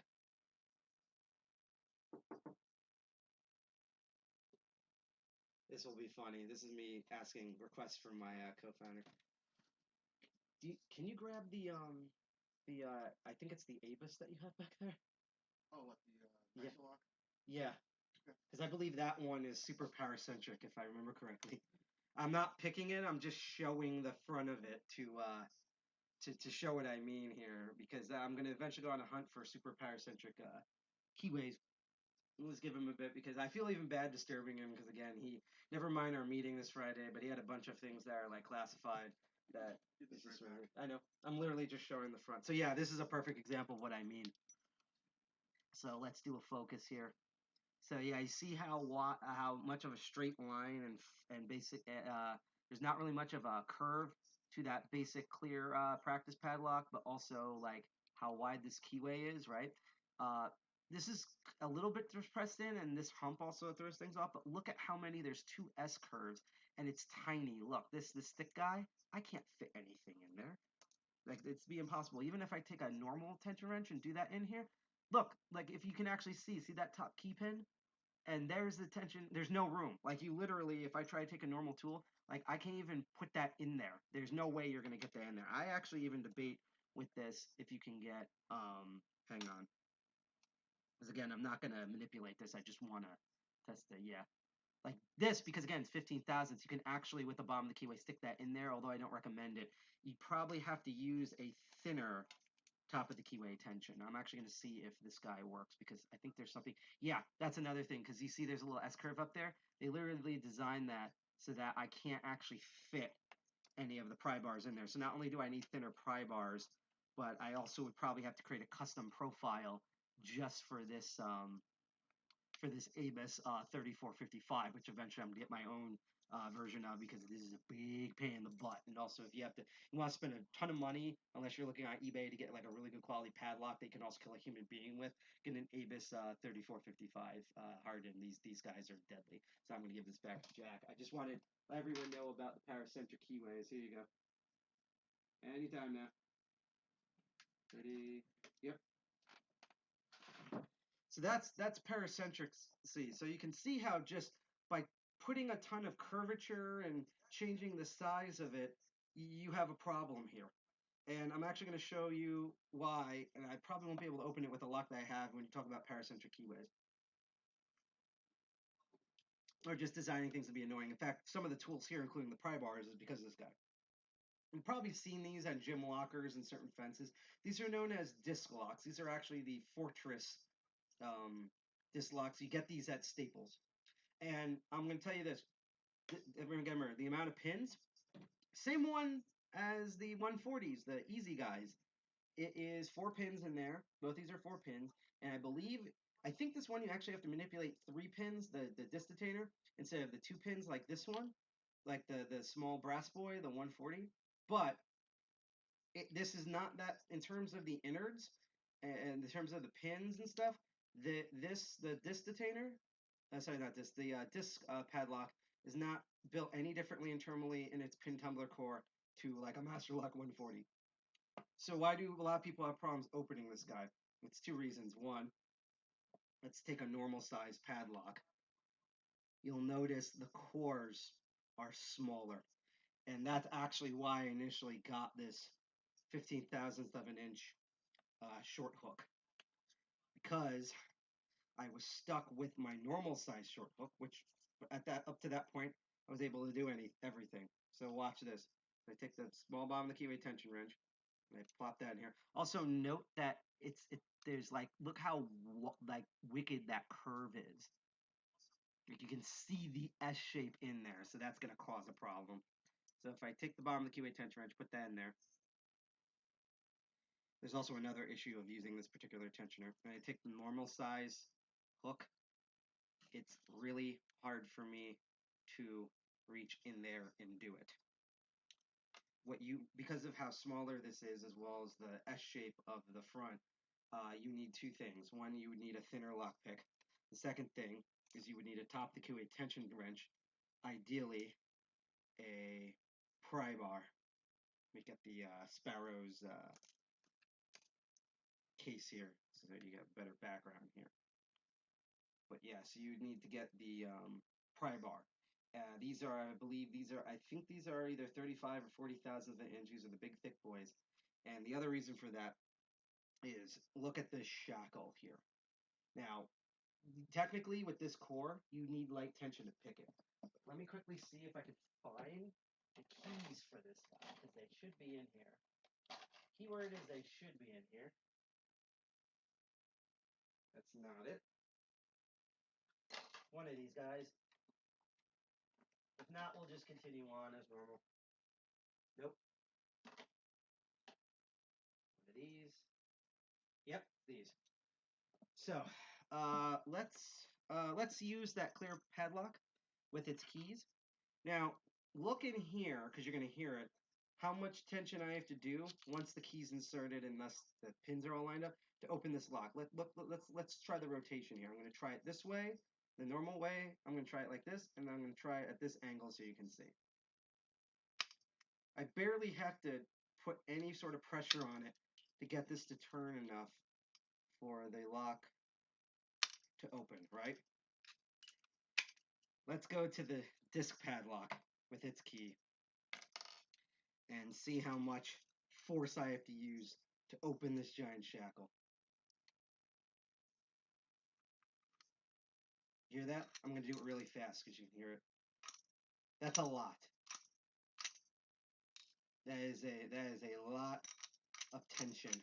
So when you're picking this guy, you're going to need the thickness of the pry bar, because if you use a normal L or Z or Z, if you're from the UK, tension wrench on this guy, you can pick them open if you're really good and you really know your tension. But you're more than likely, even if you're good at it, to break the bottom of the keyway tension wrench, the normal tension wrench, in the lock. And I always have these, all the locks I'm going to show you here after this guy, and this guy's a fluke, are big pain in the butts for me. So I'm actually going to try this one, and we're going to see how this goes. Shay, you're from Canada. Please give us your healthcare. Please give us your healthcare and sane government. We need that now, because as Robin Williams said, America is sort of like. Actually, I'll modify. America's basically like Canada is like a loft department over basically the Fire Festival. Like that's basically Canada-U.S. relations right now. And we're so bad with COVID that basically we're banned from Canada. Do you know how bad you have to be banned from Canada? So I'm going to use I'm actually going to switch cameras back to the normal one. And I'm just going to use the pry bar here, top of the keyway, with some tension. And we're going to attempt to do this.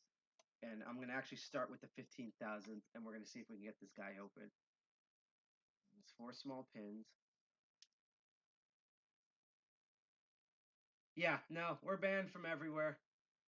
We are our own COVID isolation, which is funny because, I mean, they claimed this was Bernie Sanders as well, although it's a completely different mindset in terms of this. But they were like, oh, both candidates besides Clinton want like isolation, although I think that's a very rudimentary way of explaining Bernie's platform. Trump definitely wants isolation. He's basically a pig wallowing in its own crap, and he's turned the rest of the nation into that. So, yeah. Well, yeah, we can go to the Bahamas because we're probably pointing like guns at them right now. So, yeah, and our own territories don't count.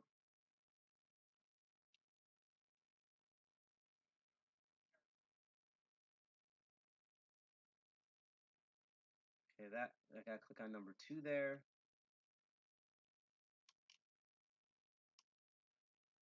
Let's see.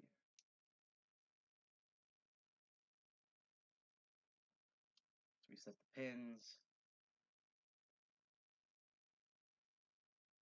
Then for fun, I'm probably going to try bottom of the keyway. Because actually I should re-clarify, the reason why I'm using the thinner shallow hook for this guy is not because there's not enough room at the bottom per se, although sometimes that happens with these padlocks, but literally because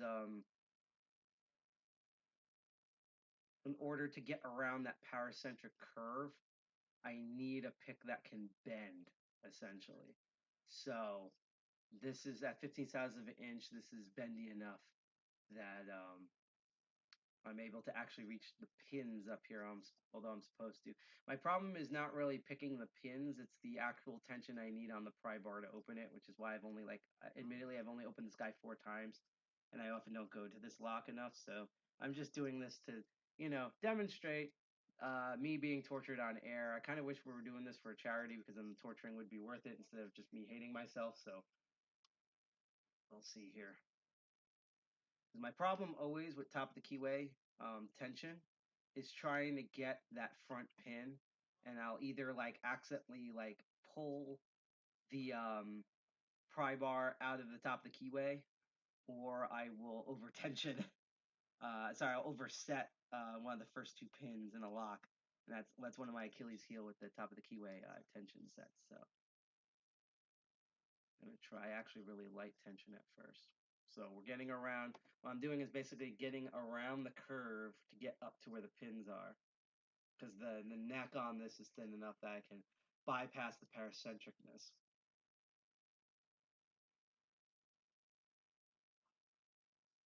I'm actually going to try a different hand style here. Because one of the cool things about the disc padlocks is that even though they are,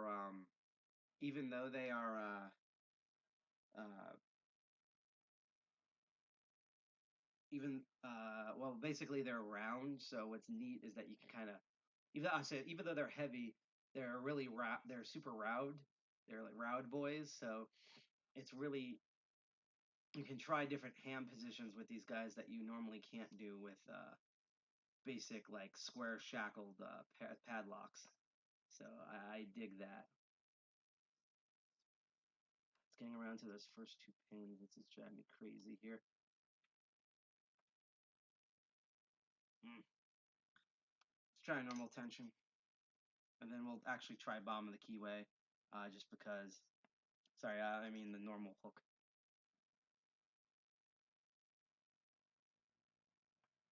Yeah, because I can already feel I barely have any room to poke at pins here. I also probably need a steeper hook for this that I don't have currently. So again, once I get more money coming in, and who knows, we might set up a buy me a cup of coffee or something just for this show. I might be able to, my plan is you're going to see me with a lot more equipment that I can explain, because basically the reason why these episodes have been kind of stretching is because I don't really have enough equipment now. So I'm actually going to try bottom of the keyway just to amuse myself here. I'm going to laugh if this actually gets that open, even though you're supposed to technically do top of the keyway for this.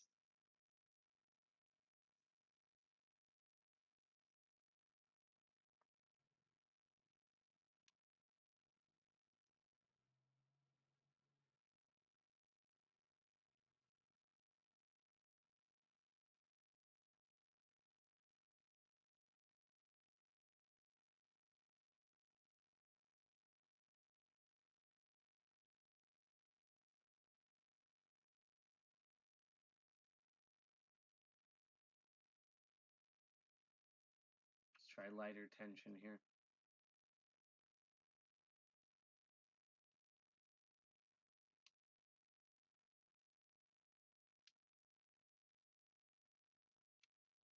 Oh, got that one. This is where it starts getting difficult, because this is where I think I need a more steeper hook. If you hear explosions in the background, believe it or not, that's not fireworks. That's one of our DEFCON TOOOL members who's currently suffering an allergy attack right now. Come on. I can feel it in there. I can feel it. I just don't have the power. More like I don't have the reach, which is also a complaint my ex has had. Let's see.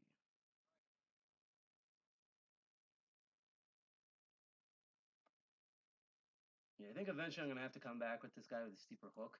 But that was most of them, because I can feel there's literally 1 pin left that's in the way.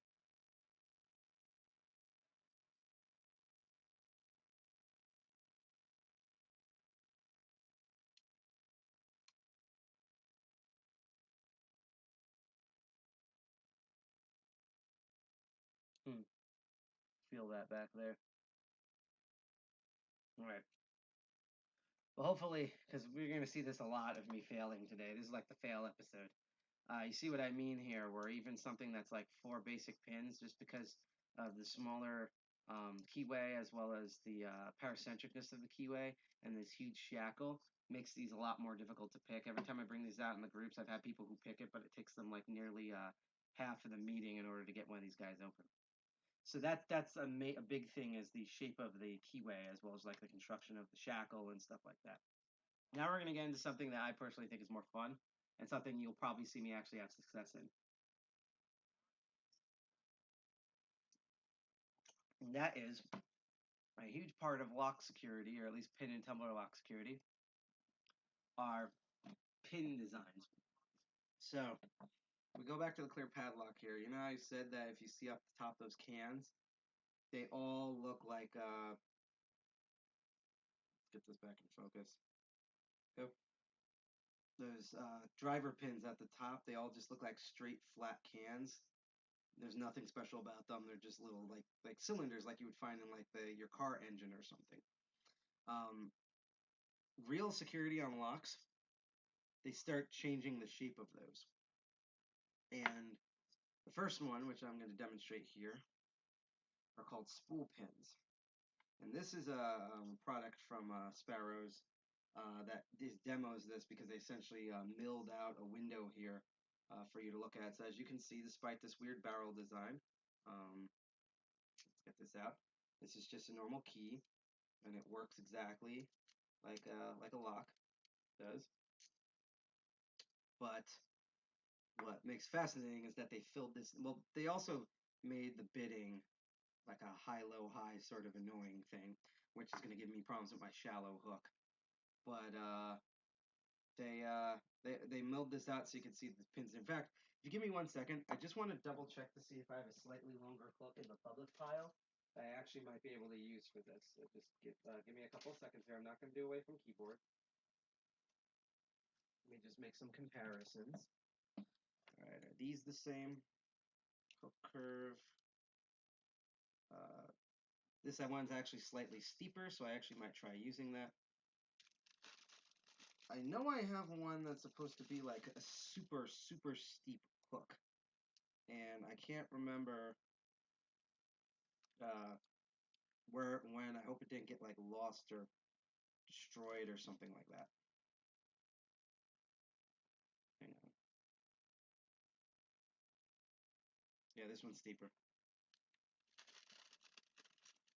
Yeah, this is a cheap Chinese one. You can tell by the handles, but it has a steeper hook on it. So I'm going to keep that one out here. Let's see if I can find any others.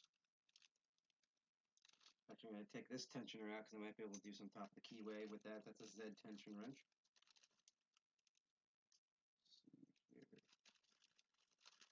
And just grab all of them, pull them out here because it's hard to see in the bag. Should probably actually show this on camera. So let's see, any of these guys a super steep hook? I think I don't have the super steep hook anymore. This is in the public pile. Eventually my current pick set will be in the public pile eventually, because any picks that I don't use personally end up in the public pile for everyone. It doesn't mean that they're bad, it just means that they're not in use by me. So no, unfortunately, I think I lost the super steep one, but I just found another hook that was steeper, so we're gonna try that guy. So I'm just taking him out just as a precautionary measure. All right, so let's get the super steep guy here, and let's look at these spools. So does anyone in the chat, I'm going to give you guys a couple of seconds to know, why are spool pins called spool pins? Now I'll give you guys a hint. One of my favorite things about locks, like I said in episode 1 and episode 4, is that everything in the lock world, pretty much, unlike InfoSec, sounds exactly like it's designed. So, for example, there's a lockpick the series there called hooks because they're in the shape of a hook, like a pirate hook. There's a series that's called half diamonds because if you cut a diamond in half, it makes a little triangle. That's what the tip looks like. There's a snowman because it literally is a tiny ball on top of a bigger ball. It looks like a snowman. So, my question here is, is it shaped like bobbins? You're kind of close. Or maybe I'm just mixing American and European terminology up, which I probably am.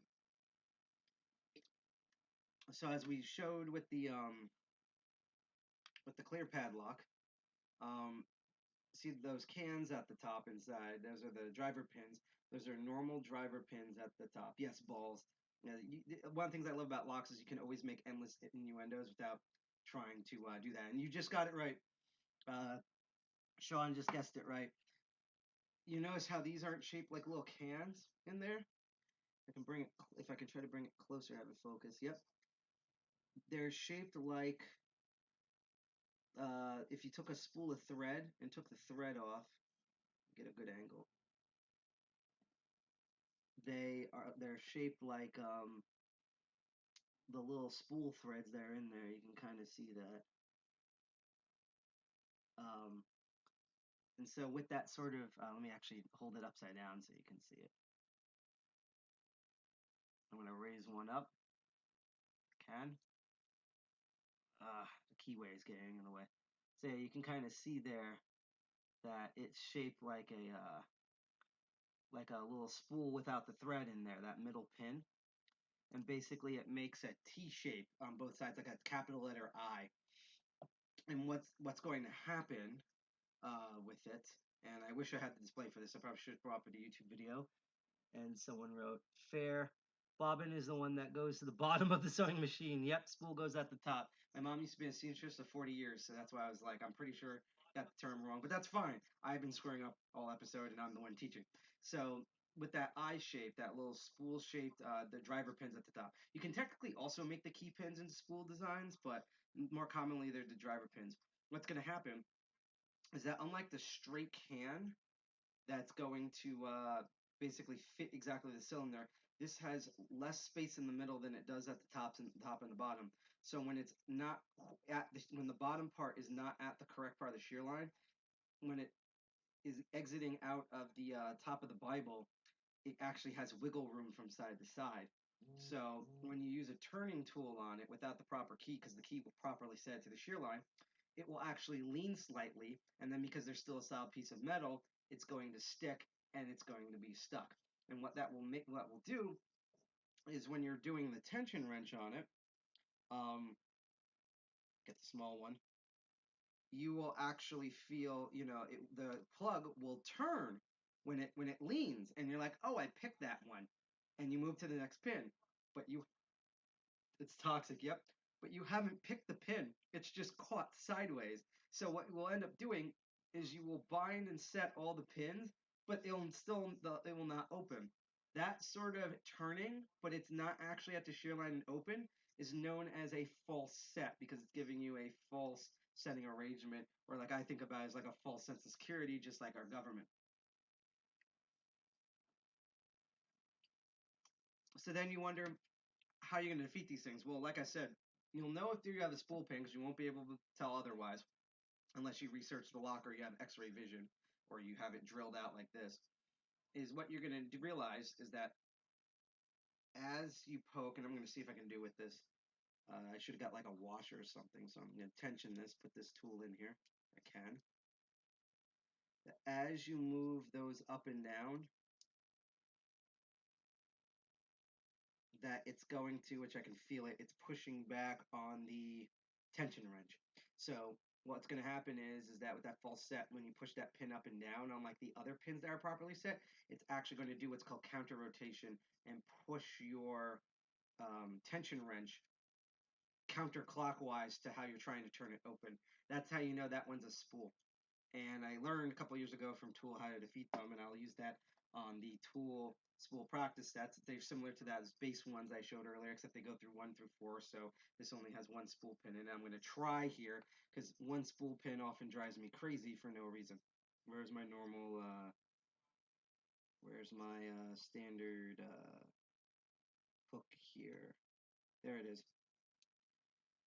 So once again, I'm going to put the bottom of the keyway tension wrench in here.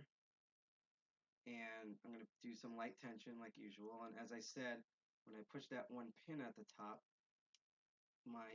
it does counter rotation on it, and it pushes. I can feel it push the tension wrench like if I like numb my fingers, it's pushing it back up. That's the counter rotation. So what you have to do, and this is where tension control comes in, which is an advanced level of lockpicking, is that as you push, once you've identified that spool pin, as you push that spool pin up, you gradually release at the same time the same tension on the tension wrench.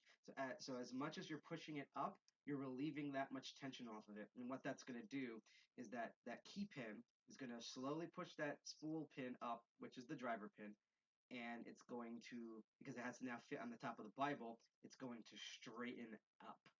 And once you get it past that shear line, when you feel like it's going to do that, you might feel a slight click, you might feel a different type of tension.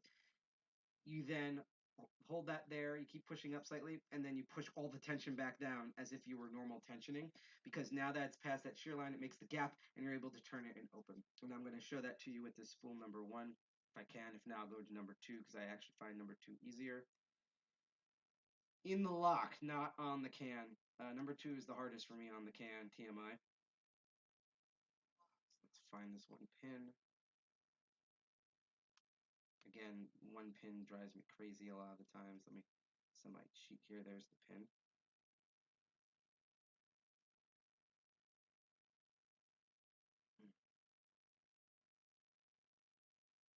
Yeah, you often hear lockpickers talk about this where they're just like,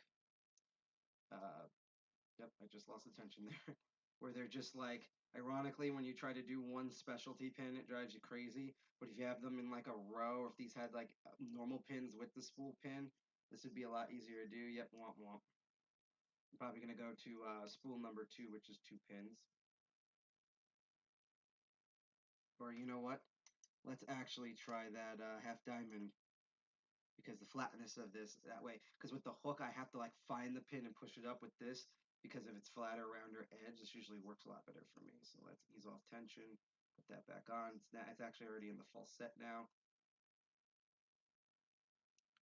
It's hard when you're just putting just the tip in. Yep, sometimes, depending on the lady, sometimes that's the hardest part, is just getting the tip in.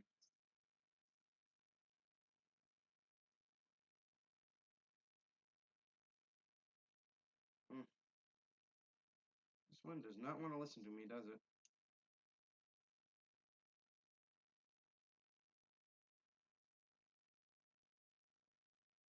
We're going to go to 2 pins. I guarantee I can get the number 2 spool open, otherwise I'm having a really crappy day today.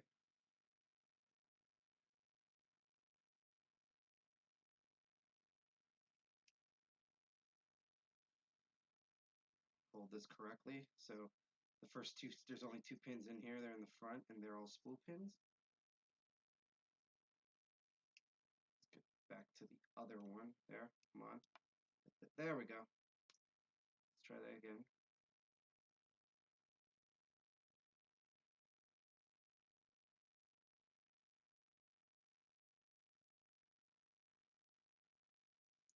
So for some reason I'm getting like these keyways are, it's like a little bit of a paracentricness, but I should be able to just use normal tools for this. Let's go back to the actual normal hook again. I'm also like sweating. What you can't see now is I'm like literally sweating bullets, so that's also not helping. And then when the sweat gets into my eyes, because I've been working out, my sweat recently has been like really acidic, so that's not fun to do. I'm gonna have that type of day today. In fact, I know I want to do this up close, but let me sit down where I'm less tense. Let's try this.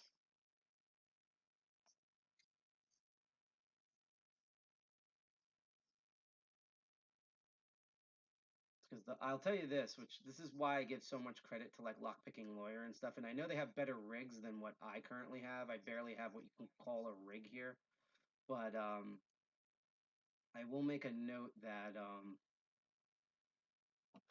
that like what's really hard about doing this particular show, and I knew that going in here, is when I'm used to demoing on lockpicking, and because you're in front of me, I can really comfortably hold my hands in different positions.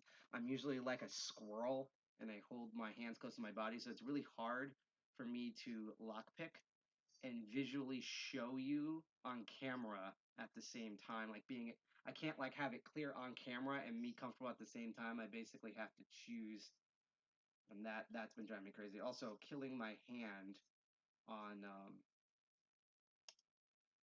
on that. Try this again. On there we go. See, just open. Killing my hand on that other master lock that's usually really easy to open, but normally doesn't open, didn't help. So I'm gonna try to do this close up, and you'll see what I mean. So now that I properly got the tool in here, like that. Push up, nothing really happens. What I'm going to do is I'm going to ease off the tension as I'm pushing up, and then I'm going to push the pins back down. See how I did that? My finger went up and went down, and I got past the shear line with those two pins, and now this guy opened. I'm going to try that again. It's really hard to do this really slow, but I will try to do this as slow as possible, because that's sometimes that's how my viewers like it, that's how my ladies like it. So I'm going to go in, and that one kind of happened way too fast. I'm so used to this subconsciously. So what I'm going to do is as I push, I'm going to ease off the tension, push back down, and it opened. See what I mean there? And that's how the spool pins work. I'm going to try that with the, let's go back to that number 1 again. Because again, for some reason, just one pin in the front drives me crazy. As you saw, when I have a bunch of them, it like is not much of a problem.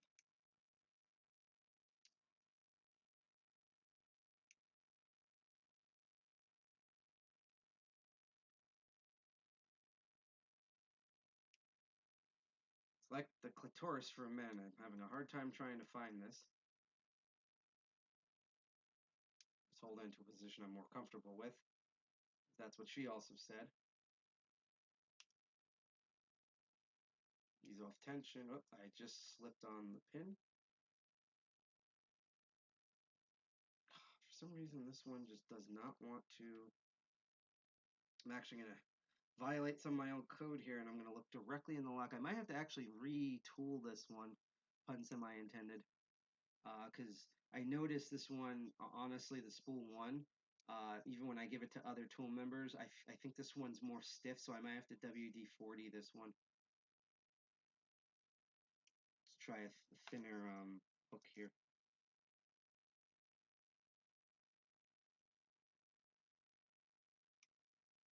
Yeah, I think this is basically, I need to, there it goes. Let's try doing that. Okay, so tension off, put it back on. Yeah, I'm gonna have to DW40 this spool number 1. Let's try going through the number 3, and then I'll attempt to do 5 spools at once, which will drive me crazy. And then I'll show you guys the other type of notorious pins that people often manipulate the driver pins, and sometimes the key pins, they cut them a certain way to provide security. But this is one type with spool. See, that's why lock pickers are the best at fingering. Yes, we actually, if Exotica is still happening this year in Edison, New Jersey, we still have the pitch to do a table at the convention. And we want to bring lockpickers, not Tool, but lockpickers that I know, and teach lockpicking at Exotica. For those who don't know, Exotica, in the same way Tool has 3 O's, Exotica has 3 X's. It's an adult entertainment expo that got its start in New Jersey.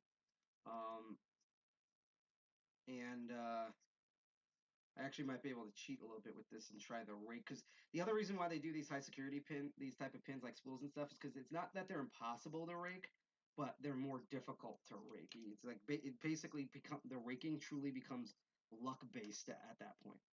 So so that's why you don't rake these normally. But no, we want to bring people to the Exotica Entertainment Expo. We want to have a panel there about like securing your nudes and stuff like that. And we want to have we have inroads for a table, so that way we can. There we go. See, that was 3 because I used the double humps. I cheated a little bit so I could hit all pins at once and move them at the same time. And that way, we're going to teach people their picking. And we also think that lockpicking is hilarious for Exotica because, again, it's just there's endless innuendos about using your hands and shoving things in holes and moving things around and the sweet release and all that stuff. And funny thing enough, when I'm at Hope, Hackers on Planet Earth, which is, I believe, happening next week and other conventions, they always secure your nudes. Udon theft is unacceptable. Yes, especially with how expensive meat is thanks to COVID. We need all the nudes. We need all the ramens. don't tread on my spicy ramens.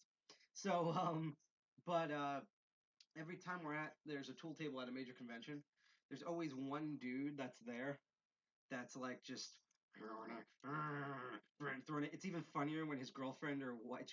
It's always a guy. His girlfriend or wife is next to them because they have this like 10,000-mile death stare, and we all of us try to pick the short straw to see who goes over to talk a bit. Half the time it's usually me. And like we have this thing where we go over to that guy who's just like angrily doing it, which means he's over tensioning and oversetting all his pins.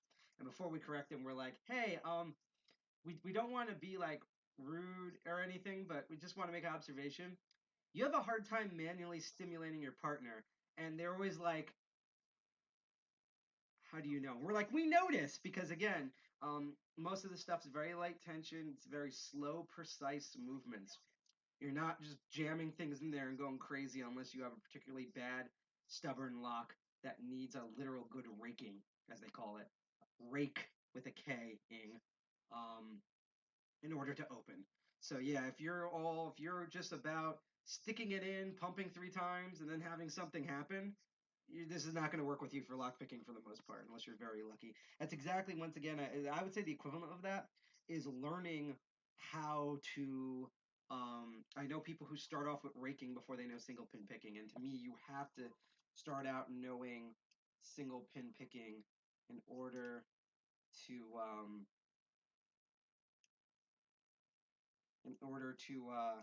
then progress to raking. Because if you do it the other way around, yep, slow and steady wins the race. Yep, that's one of my mottos. Fucking hares, fucking rabbits. But no, it's what do you call it? The bleh. I forgot where we're going with that subject. Um, let's focus on trying to attempt to do 4 of these, and then I'll try to single pin pick. Oh, that a lot of times when people start with raking, and I really need a Bogota or a 3 pick in order to cheat on this. Get this out, otherwise I'm going to bind the tool. Is that again, like I said in the past, I've learned people who start off with raking, whether they're using a city rake or S rake, aka snake rake, and then they get to advanced locks like these or the spool pins like this, and they don't know how to open the lock because again, I'm not saying you cannot open a lock with 1, maybe 2 spool pins in it, but it makes it more difficult. And if these are a mixture of spools and other types of security pins, forget it. So that's when they come to me and other tool meetings and stuff, and I teach them single pin picking. I'm going to read here. Let's see. I think someone's take care, see you. I don't know if someone left in chat, but goodbye to whoever that person is. I hope they see you next time. And Commander should be back on Wednesday, so that should be neat. Let's see. Sometimes you just one bump and done. That I will say that does occasionally happen. I could actually show you on the normal master locks. We're gonna do bump keys in the future, and I actually hang on. I actually do have bump keys. My issue with the bump keys that I have is it's not the way that they're built. These are really quality bump keys. I got them. These are the most common key types in Jersey City, so that way I could do local door locks for people who are getting her locked out of their doors and for demonstration purposes. But the problem is that almost none of these keys work on any of the padlocks, and I don't have door locks to demo. So in the future, I'm going to get another set of bump keys, and that will be its own episode that will actually work on the locks that I have in the actual demo units. But no, sometimes you can one bump them. That's an actual thing that does happen. I'm actually going to cheat and do this upside down. You can. So sometimes you can one bump and done, but it's not recommended, and you're opening the lock, but you're necessarily not picking the lock. You're not SPPing or single pin picking. Yeah, this one's going to be annoying. I actually wonder if maybe the best tool for this, believe it or not, which I was going to use later, is you. I remember I said this is a hybrid pick. Lock Noob calls this the boom slang. This is not exactly the boom slang, but it's a similar principle. Sparrow sells, this is the cheap Chinese knockoff version. The one bump wonder, yep, that's what ill will is known as. When he actually gets it, which is like once every 5,000 years. But still, This is a hybrid pick. This is very similar to Lockneed's boom slang. It's kind of the Chinese ripoff version. Sparrow sells the proper boom slang that they call the Medusa. But as you know, is that the common name for this type is this hybrid pick is a stiletto because it looks like a little high-heeled shoe. You know, like hello, my baby, walk on the town. Again, if I do this, it looks like a. Let's find a flat. Like if this was the floor, like it looks like a little shoe stiletto. It looks like a little shoe stiletto, doesn't it? Right? Did I get this to focus? Get this to focus. There we go. See, it looks like a little like an actual stiletto shoe, right? If that's the floor. So that's what like the common nomenclature, whether it's called a boom slang or a Medusa or a Chaidan, I think it's known as in China or whatever. Their common thing is called a stiletto. Let's see. That one got a butt and a peen. Yep, pretty much. That's another way you could describe it if you want to be innuendo filled. But basically, it's like all the good ladies. It has two humps, and on the side it has this weird squiggly groove. And what that's for, which I'll show you on these other ones, is these are for. This is basically a competitors type thing with hybrid picks. So what you do is you rake into a false set with the two bumps, and then you turn it over and you use that pick point in order to single pin pick. That way you're not going through two different tools. I just want to actually try to see if I can manipulate all four with this one because I'm just curious.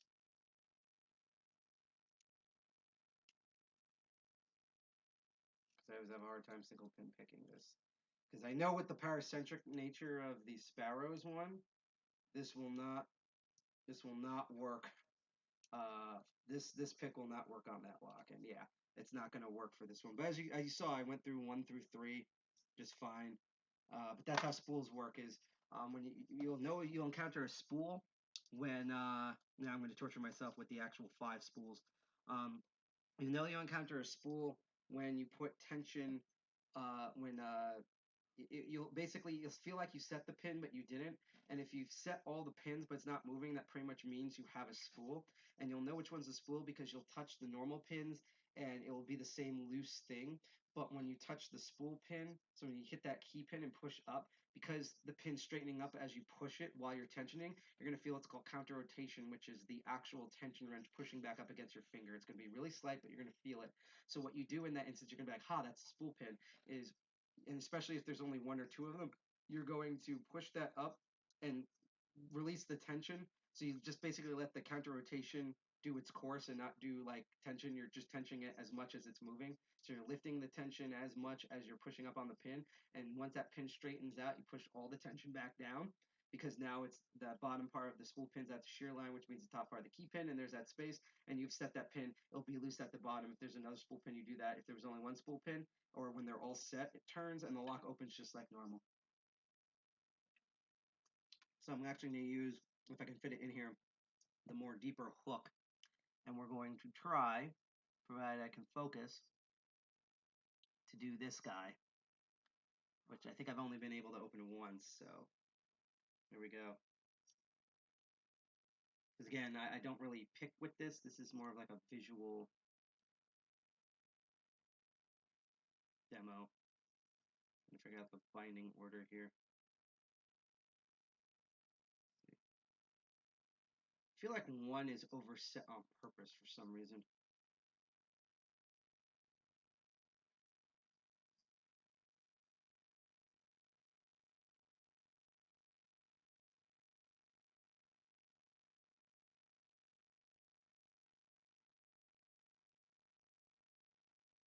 That guy's still loose.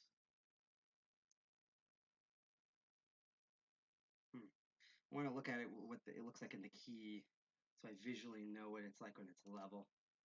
So this is when it's like when it's not focus. It's going to be the other tagline, isn't this focus? Here we go. So that's what it looks like when it's not even. Once I put the key in.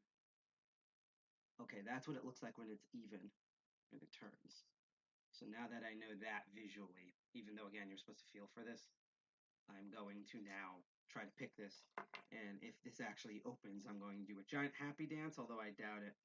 I'm going to do bottom the keyway tension.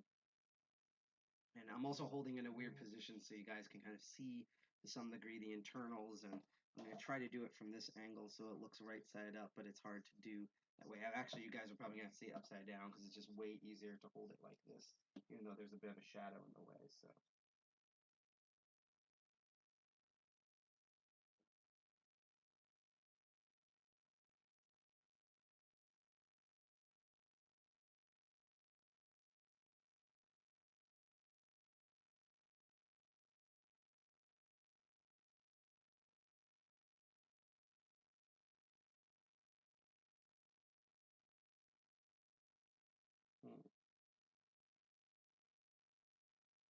Ah, see, I oversetted that guy there. Let's actually try the first pin. That guy's loose. I'm probably going to have to get like a mid-range hook at 15 thousandths of an inch to properly do all of this. I just have that feeling.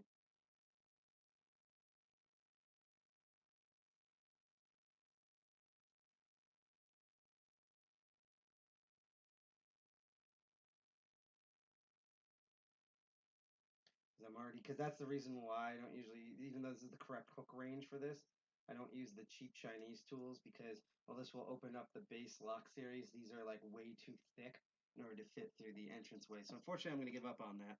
So I'm going to do the next, actually, we're going to end this at probably 11. So I'm going to go through the next security pins, and then you're going to see me torture myself with the rest of these locks that have a mixture of these type of pins in here. So that was the spool pins. Again, they're shaped like a little spool without the thread. They make a false set, meaning they lean sideways, so the core rotates, meaning you think you set the pin, but you didn't. You'll know that that's a spool pin because if you push up on that pin, you're going to feel counter rotation, aka the tension wrench is going to push back against your finger, and you're going to feel that. When you have identified that spool pin because it does that, you're basically going to let the counter rotation do its course and ease off tension on the tension wrench as you're pushing up the pin. And then once that spool driver pin clears that shear line, you push all your stuff back, your tension back down. That's going to cause the key pin to drop and keep the driver pin up there like a normal driver pin, and then the lock opens. So that's how that works. This is the final level, unless you get to customs like Asa Abaloy, which again they hate lock pickers, as well as Dom. Of these, so you'll notice these look kind of more like the normal Bible cylinder here, but if I can focus correctly, you'll see something is really, really, really screwy with this. Let's get some good light in here. You'll notice there's these grooves in those driver pins. Those are called serrated pins. They sound exactly what they're described as. Instead of being shaped like a spool, they're basically normal. Let me get this key open. Here we go. There we go. They're shaped exactly like normal driver pins, and then they make little tiny cuts in them that are decently deep, usually between 1/3 to half of the cylinder. So instead of making one giant cut in the middle that removes the center core but leaves the tips, there's little tiny cuts, little serrated edges. I'm going to try to lift one up because they're kind of buried in there. Overlift one. There you go. There's little serrades. You can see that there. See that? There's these little cuts you can see on those driver pins. And what they're designed, it's exactly like spools. They're designed to catch, but if you notice, there's actually 3 cuts on each of these particular serrated, which is quite standard for serrated pins. They're going to catch every single time if you tension that core on the shear line. And honestly, the only real way to get through this that I found is you have to be very patient. You have to be very good with tension. So you're going to do light to mid tension. And what you're going to do is you're going to go in and you're going to set that spool pin. And most of these high security padlocks are almost all serrated pins. I mean, you're going to set these serrated. And basically, you're going to hear and feel a click every time you do it. And when you've done that, means you've got one serrade. You stop. You go to the next pin, try to find that binding order. And so basically, one pin acts like 3 pin shear lines. And you're just doing it one tiny click at a time. And when you pick them all, you go back to the one you just did. Try to make it click again. You keep doing that. And eventually, after all of them 3 click up, they will all be at the correct shear line. The core will turn, and you will activate the actuator and open the lock. I'm going to try to do that on this one, but again, to use a common male excuse, my hook is too shallow to properly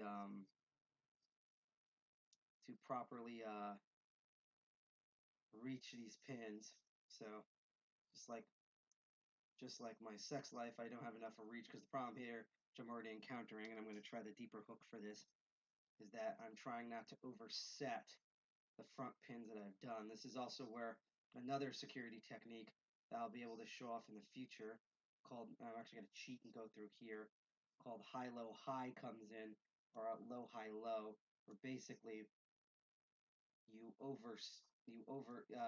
by making the peaks and valleys widely crazy up and down. Oh, just overset that one. Because you've made the peaks and valleys so crazily go up and down, you basically go that one set. You basically go. I think that one is overset a little bit. Let me ease the tension a bit. There we go. I dropped that down by one. That was actually, I feel really pro doing that, to be honest. You run the risk, especially with security pins, I'm going to cheat again, of oversetting. This is such an odd angle. Go this way. I'm also tensioning it odd, because this is normally not how I tension a lock, obviously. I'm doing this to attempt to show you guys while going in the wrong end, just so I can cheat a bit, because again, I don't have a super steep hook for this guy. You run the risk of here we go, of this one does not want to stick. You run the risk of essentially I think it's this one, drop down. You run the risk of as you move one pin into position, dropping another pin behind it, and thus you have to reset that pin again. And especially if you're dealing with a lot of pins and you're not focused, you might almost have this. You won't know which one's dropped, and you have to completely feel for it again. And doing this, because you're having to catch it serrade by serrade, this makes it extremely tricky,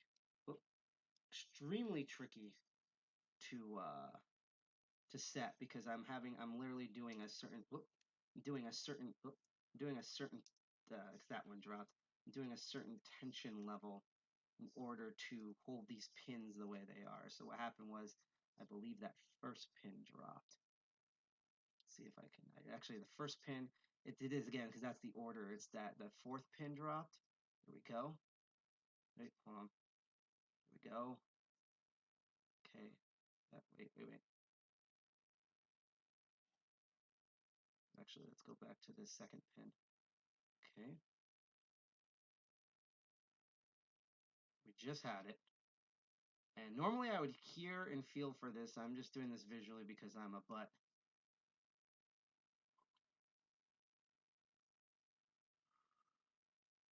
Now, hopefully, if we manipulate this back pin here, not sticking.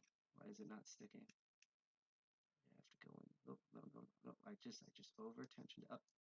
Now that one fell back. Over tensioning that middle one. See what I mean? Now I'm just going to reset them all. I'm actually going to sit down for a moment. If anyone in chat has any questions here, let's see. Low, high, low, or oh, high, ho. High, low, high, or low, high, low. They sound like bad, sports cheers, don't they? I try to keep I'm actually going to switch to the other camera so you can better see my hands in frame as I'm looking at this as a personal level. And then we're going to try the crazy locks. And then there might be a special someone who should be streaming around this time now. And if they are, we're going to raid them, because I wasn't expecting to spend this much time actually explaining some of this stuff. I think basically that other master lock that's supposed to be easy to open but just is stubborn on cam, we've only been able to open it once. Here we go. Nope, that overset.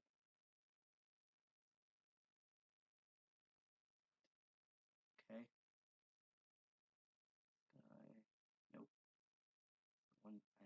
that's how it goes. That one I think ate up like most of our time. Okay.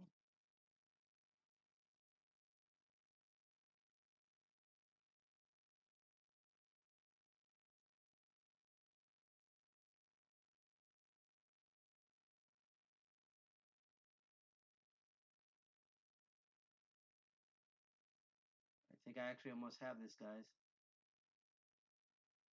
So I think that first pin is the last pin to set. I need to go behind and just do just the back pin if I can reach it here. Because again, I'm holding this at an odd angle, and I don't want to switch hands because that might screw up the tension. Whoop! Screw up the tension here.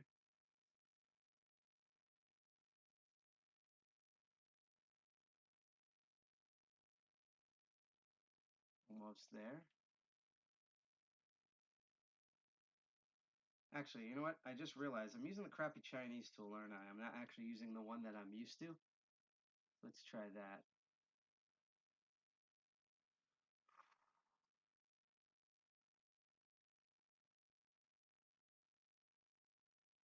Nope.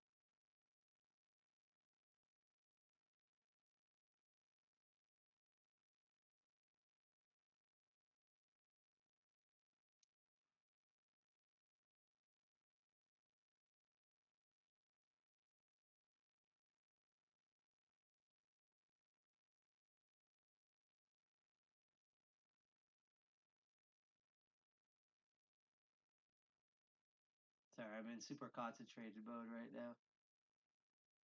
Alright. But you get the concept. That's basically serrade. So, review, the normal pins are just like the way I've been teaching base lockpicking in episode 1 and episode 4.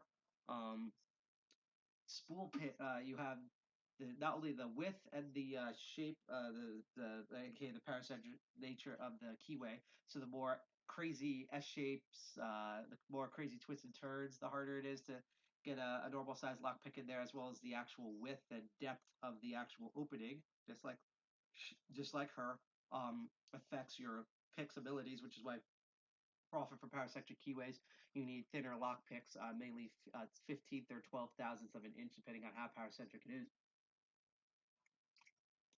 But you can also adjust you can make modifications to the driver pins and sometimes the key pins.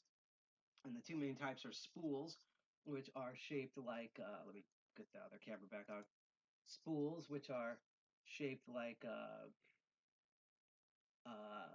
little like spools of thread without the thread in them, and they basically create false sets. So you think you have picked a pin, but you haven't. And the way you defeat that is you have to ease tension once you've identified the spool pin, which you will, because when you push on that spool pin, it's going to do counter rotation on your tension wrench, which you'll feel because basically the core is going to try to turn back and it's going to push back against your finger that you're tensioning. You ease off the tension as you push up with the pick at the same time with that pin. Once it clears the shear line, you push that tension back down, and that will lock the spool pin in the Bible, make the key pin loose just like a normal pin, and eventually the lock will open. For serrades, they have little cuts in them, and each cut notch is designed to catch in the actual shear line, and basically you have to do medium to light tension depending on how the tension feels when you do the lock, and you push them up one by one click, one bump at a time, each one repeatedly until they clear the shear line. It might be 2 clicks, it might be 3, it might be 5, but once all of them reach that shear line, you will get the goal. And then the nasty ones are the ones where they'll be like 5 pins, but 3 of them will be serrated and 2 will be spools. And if you're lucky, maybe 1 will have a normal pin. A lot of high security locks, believe it or not, or bigger security locks actually pretty much have, like, let's say there's 6 pins.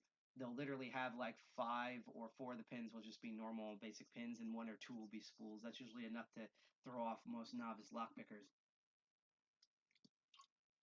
So we're gonna wrap up this stream as it hits 11. And we might go back to this guy real quick, but basically we're going to deal with some of my stuff on the naughty bucket. Actually, skip this guy first. I used to be really good at picking this guy, but it's been a while.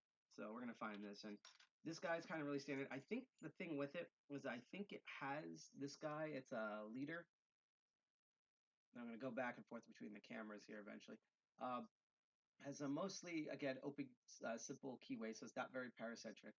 And from what I understand here, it's 5 pins. Let's actually count that. 1, 2, 3, 4. Might be 4 pins, 5 pins. Let's actually use the pin counting technique and count how many pins are in here.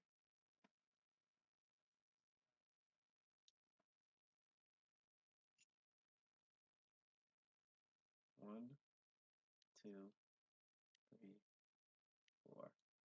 Oh, so there might be 4. Let me try that again just to make sure.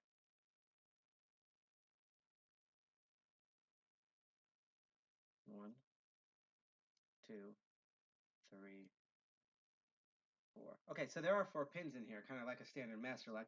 If I remember correctly, what's different in here is it either has 1 serrated pin or 1 spool pin in it. And I'm going to try the technique that I remembered how this worked, and then we're going to try to pick it. And we're not going to spend too much time on this because we have so many locks to go through. I'm actually going to use the hybrid pick here, this stiletto. As someone once said, it has 2 boobs and a peen. If you want to remember it, if you want to remember it that way, it's called the stiletto because again, if I do this on the seam line, it looks like a little high-heeled like shoe that a lady of the night would wear. And we're going to hybrid pick this. And if I remember correctly, because I used to do this with 2 separate picks, I'm going to switch this back. Is if I remember correctly, I used to take a double peak and go back and forth, and I would put this whole thing in a false set, and then I would find, I believe it's the spool, and move that around. It'd be like 1 or 2 pins. They're usually in the back. I think one's in the front, one's in the back, and then this guy opens. So I haven't done this guy in a while. Let's try this. So we're gonna do this. I'm gonna do this, and we're gonna do the normal light tension for most padlocks, and we're gonna go with the 2 bumps and put it into a false set. I've occasionally accidentally have raked this guy open. And now we're going to go in, I'm going to try to single pin pick this.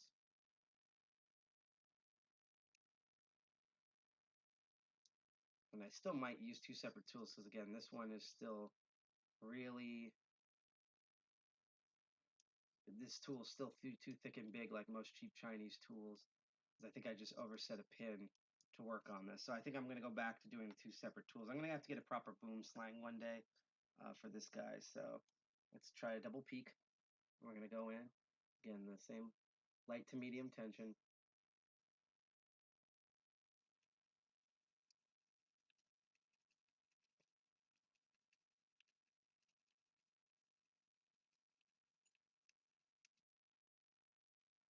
So let's try it a little bit more. Let's do another raking. Best part of working up is raking your lock. With a K, it's raking. Okay, I'm not saying that word on air. And now I'm going to go in with a normal pick, a normal hook, and we're going to attempt to single pin pick this.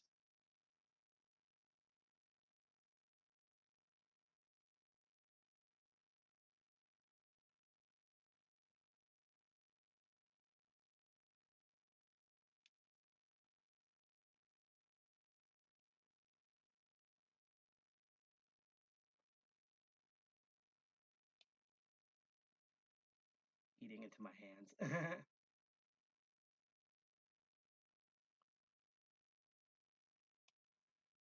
See, I love this because I used to pick this guy all the time, but it's literally, to describe some of my past endeavors, it's been so long. How long has it been that basically this feels like a completely new lock to me all over again? And I used to have, I think, a slightly steeper hook in order to deal with this guy that I lost on a New York subway once. So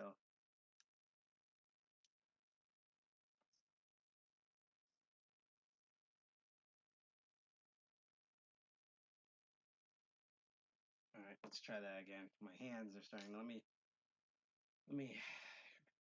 relax the hand, release the tension. I think at around like 11:10, 11:20, we're gonna array another channel and call this episode one in the bag. Because I can't believe we actually streamed, let's see, 9, 10 for 3 hours. I thought this was only going to be an hour-long episode.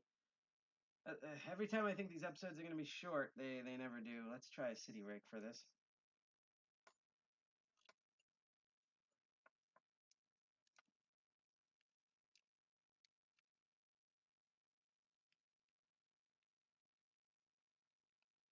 One of these days I'm going to have like a full-size desk for this guy.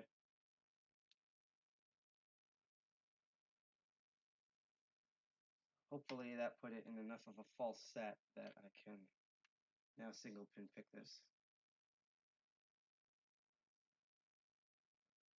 My worry is that the hook is too shallow.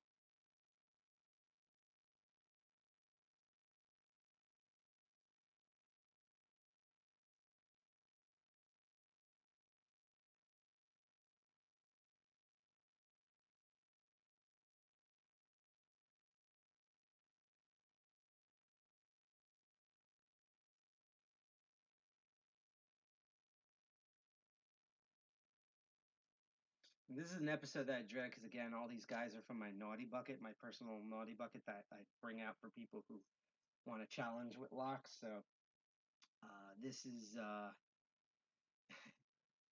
this is an episode where basically you get to see me fail over and over again. But you know, watching failure not only helps with your watching and doing failure not only helps with your imposter syndrome and makes you humble, so you also don't get overconfident with your skills. But it's also a reminder that, you know, we all make mistakes and we all learn from our mistakes.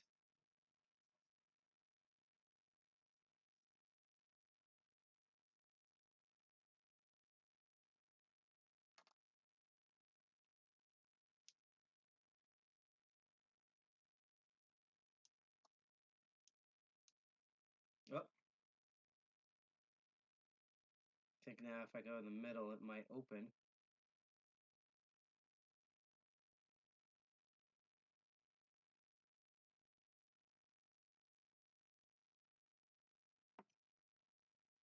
Try a thinner one just in case.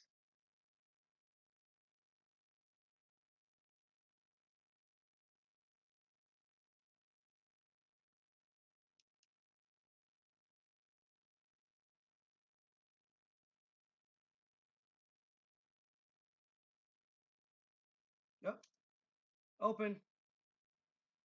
So that was like 4 tries, and it took like, what was that, like a minute and a half? But I haven't done this in forever, and I got it open. I'm actually going to try that again. So yeah, again, the technique that I normally do, and that's how I can grab the keys, is for this particular leader, because I believe it has one either serrated pin or spool pin in it, is I rake it into a false set with a double peak or the stiletto hybrid peak, because that's double peak will work. And then I go in, it puts in a false set, and then I go with a normal pick.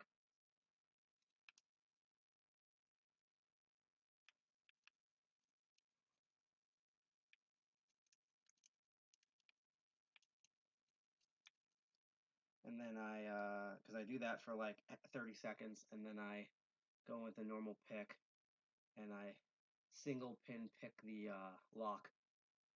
I push the other pins, and I believe it's one in the back and one. Yes, as Shay described it, that's why I should have called this episode. The way you do with this leader lock with the one spool pin in it is you rake it with the butt and then hit it with the peen. Yes, that's the DEFCON 201 way of opening this lock. Thank you, Shay. You are definitely. We don't have this level. Maybe it's like because we're all remote. We have like a provision level. But I would say at this point you're an honorary member just for coming up with that exact description. That's gonna go in the infamy of the Master of Unlocking episodes. I don't know what 07 is. Is that like a drink in the UK? I don't know.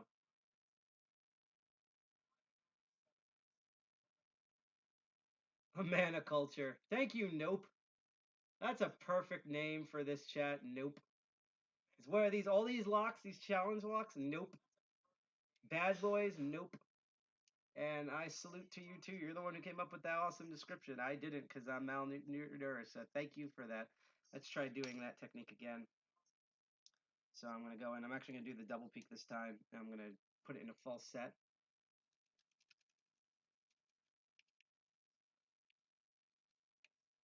Let's do it the way I normally do it, like that. Because, like I said on the second episode about raking, it's the same motion and try it for a bit longer. That she said, that same motion and pressure as brushing your teeth. So if you can't see on camera, that's basically what I'm doing right here. Is that it's just an odd angle for me to rake at. Now I'm gonna go in. Let's actually try the where was it? The 15 thousandths. And let's single pin pick this guy. So it's, I believe, should be one in the back and one in the front, just like any good party with alcohol. Party business in the front, party in the back. Basically a mullet lock in order to get this guy.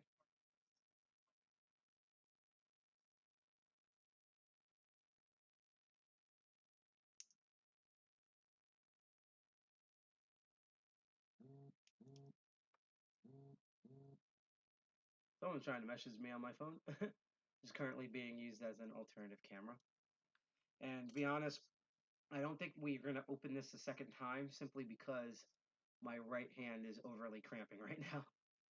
Which means I'm going to have to give it a rest before I even try the these other locks here.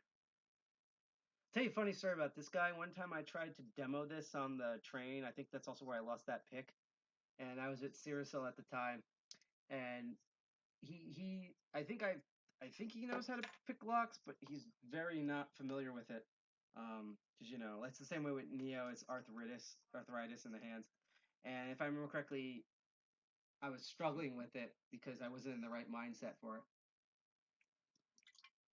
And he said that he was trying to come up with a theory of why I couldn't open it. And he said that maybe because I was raking it for so long, which is something that's really hard to do. I think you can technically do this, but it's like the numbers in order is mind-boggling. It's that I raked it enough where I may have like ate down the key pins, so that it's not pickable, so that it's hard to pick or not pickable anymore. And right when he finished that sentence, the lock unlocked.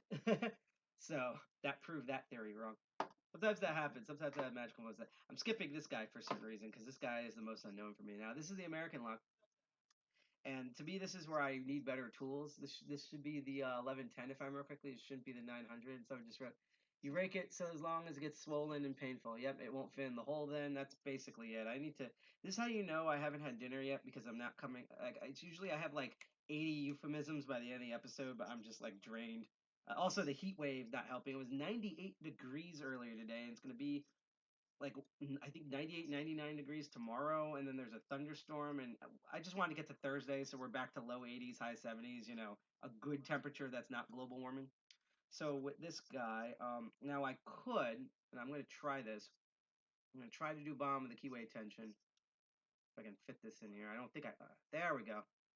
So I'm going to do bomb with the keyway. We're going to start with this.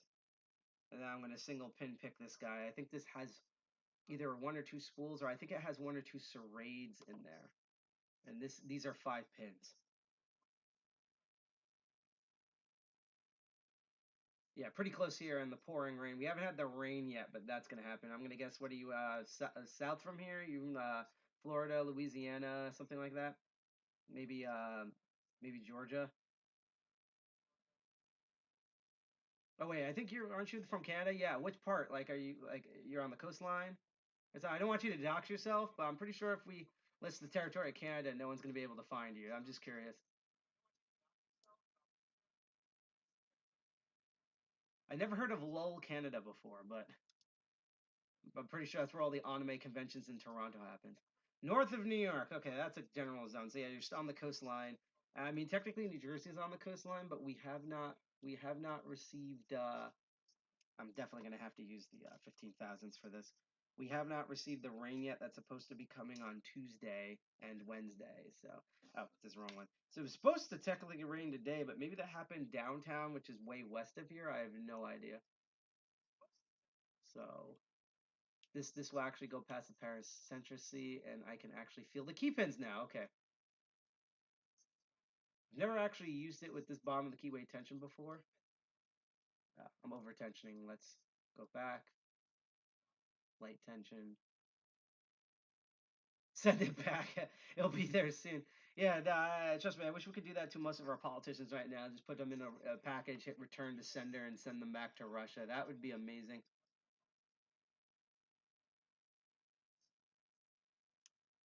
I don't feel any counter rotation, so I think what it is I think one or two of them are serrades.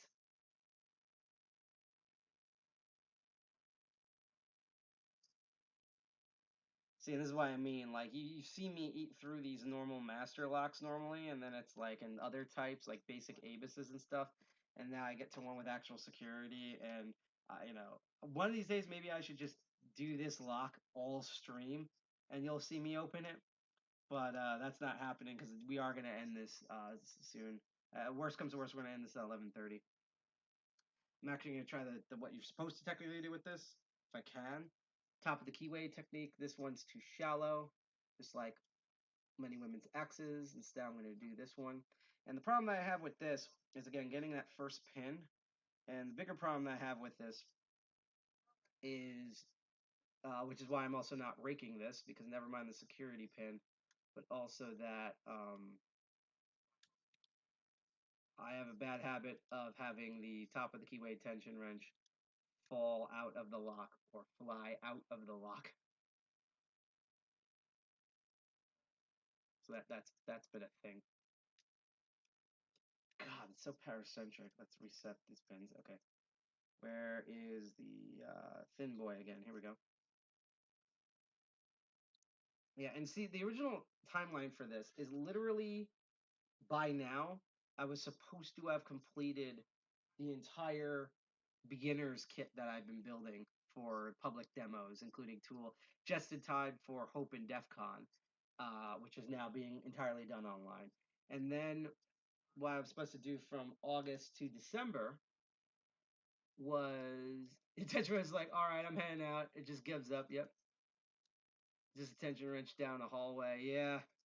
I'm sure some people at Lockpick Extreme feel that way.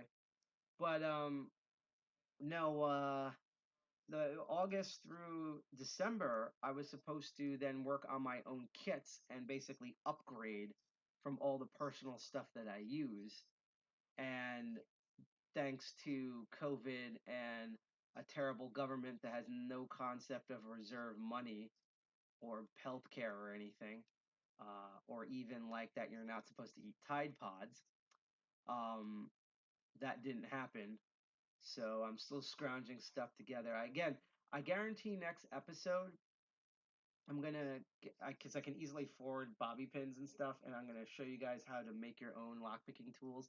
If I'm fancy enough, I might actually get a tool blank from Sparrows and a cheap file, and show also how to professionally file a tool from scratch to make your own like hooks and hybrids and half diamonds and lions and tigers and bears. Oh my!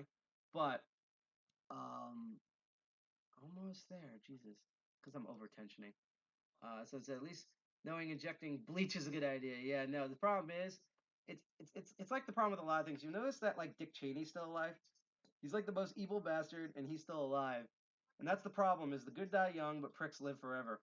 So the problem is that you would think that doing all this stuff would kill people, but no, they're literally so stupid and so mean and so evil and myopic that they actually live. It's like you ever read that incident where like someone was totally drunk, like driving at 110 miles per hour, and they actually survived the accident with no scratches on them, despite their vehicle becoming a pretzel that's on fire. That's what like our politicians are like. They're literally so evil, corrupt, and inept that they shoot the moon and actually survive all the terrible stuff that happens to them. So that's the problem. That's why we need to actually take action, hence all the protests and stuff. Okay, I'm feeling each serrade click on that guy. It's just the way this is paracentrically set up, it's it's difficult for me to do. Plus again, I'm still getting used to top of the keyway tension way, because as I said on here, I'm learning along with, see, it fell out. That's what I mean. Uh that never, it just fell out. That never happens to me, I swear. I need my blue pills. But yeah, someone wrote, most interesting thing I saw was key copying from a set of keys where each pin is set to a certain yeah, no, that's how you normally copy keys. In fact, that was the thing is you used to have to like trace keys or impression keys, and they still do that. But now thanks to an app called Keyme, which is why it's even more of a reason why you should never take pictures of keys and put them online. You can just run up to a key, take a picture of it. You don't even have to use the app. Just take a picture of it with your normal camera, send it to Keyme, and as long as it's not a specialty key, like a multi-key lock, they key system, they will print out that key for you. So yeah, really bad idea. Or yeah, the TSA keys. Or as my friend Johnny Xmas, who might be streaming, and if he is, we'll rate his channel, said they took some confident high res photos. You can literally lift fingerprints off the image. If you haven't had a chance yet, go to after the stream, go onto YouTube, especially if you're watching this on YouTube, and if you are, please hit subscribe. Because not only are we going to be doing live streams still forever, but we're as long as YouTube exists, unfortunately. But we're also going to upload pre-recorded content and some previous content that no one's ever seen before in the next day or two. But hit that subscribe button if you want to see more of these live streams as well as this pre-recorded content. But if you're on YouTube or after this broadcast, go to YouTube, type in TSA Keys Hope or TSA Keys Night Owl with the O in owl as a 0.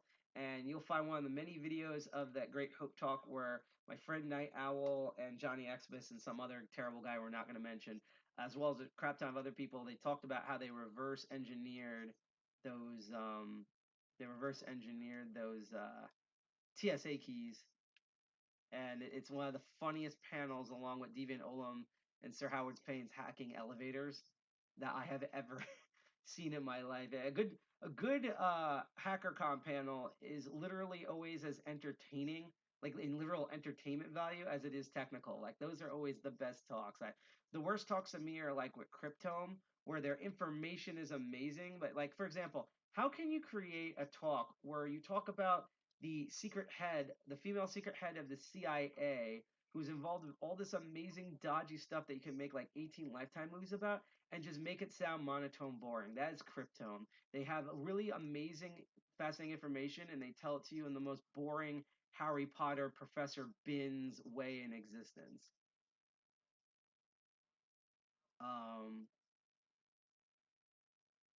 So yeah, I'm about to give up in a moment. See, because what happens is I feel like I set 4 of the 5 pins, and then either one of them drops by accident or the tension wrench falls out. So I did this once before, but I'm going to briefly do this guy. This guy is heavy as crap. He also has 5 pins, just like the American lock. Now, here's a fascinating thing about American lock, as I mentioned earlier from Rough Night. It says, "Welp, you said all the keywords were on the watch list now. Pretty much, that's me. That's me living here." So not only is this greatly recessed, which means I have a hard time using any of my tension wrenches in this, and it's decently paracentric, and it's really heavy. So eventually my hands will wear out because again, this thing's really heavy. But you've probably seen a lock like this, but with the American Lock logo on it. And there's a reason for that. Years ago, Master Lock bought out American Lock. So American Lock's actually a subdivision of Master Locks. So this is rated 10, and unlike some of the other Master Lock security rated 10 with its carbon bar shackle, this actually has 5 pins with a really good high-low high and some security pins in it.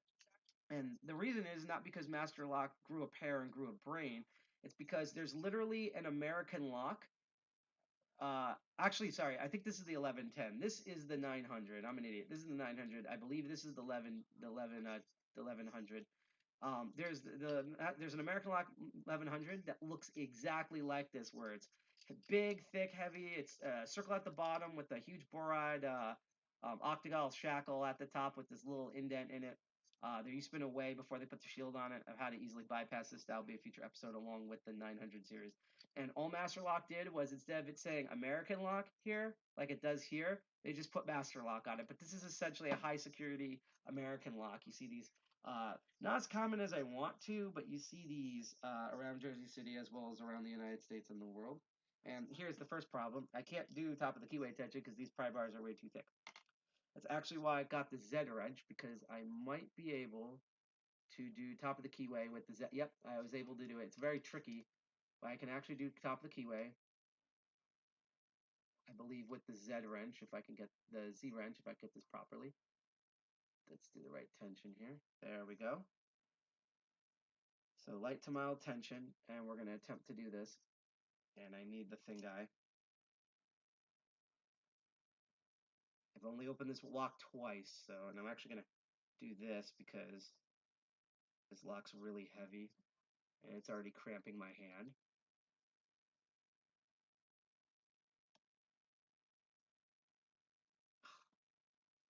See, this is why eventually I'm going to get a vice. Not pick up alcohol or smoking. I'm going to get a physical vice on the table. Because again, these locks are really heavy, so they just do a number on my hands.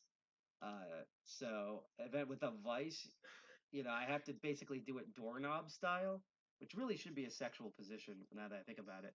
But basically, it's really easy to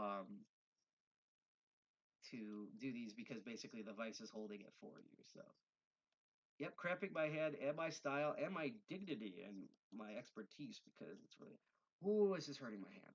Ah, right, let's ease off the tension. Let's try this again.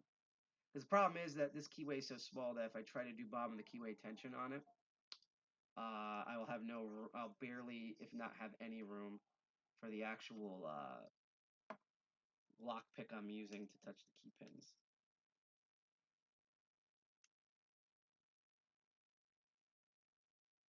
So let's find the key pins. I believe they're here. Yep. Oh, about one click.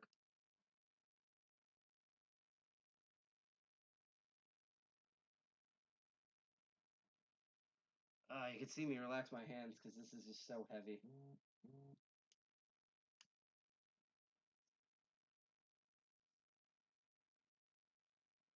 That's why we're only doing a brief time on this. This will be another day. Maybe I'll get a tool member in person to actually do this guy. So before we leave at exactly probably 11:30 or close to it, the final lock is this mysterious master lock that I honestly don't know what type it is. It just has a number 2 etched into it. Apparently, after much trouble, our co-founder G.I. Jack actually opened this and he dissected it, and he won't tell me what it is. I just know it has a removable core. He said it has security pins in it, and I think I've only tried this once years ago, and I haven't tried it much, so this will be a new experience for me. I believe I can do bottom of the keyway tension. Let's try that. Leaves me very little room for a proper pick, as I'm going to find out. Yep. So let me get the thing guy again. So I notice the pattern now that we're in like high security stuff. We're using the 15,000ths of an inch a lot more. And let's try this guy. It's a little bit heavy, but it's a lot lighter than the other one. So this actually feels like a vacation compared to the American Lock 900 and 1100 series.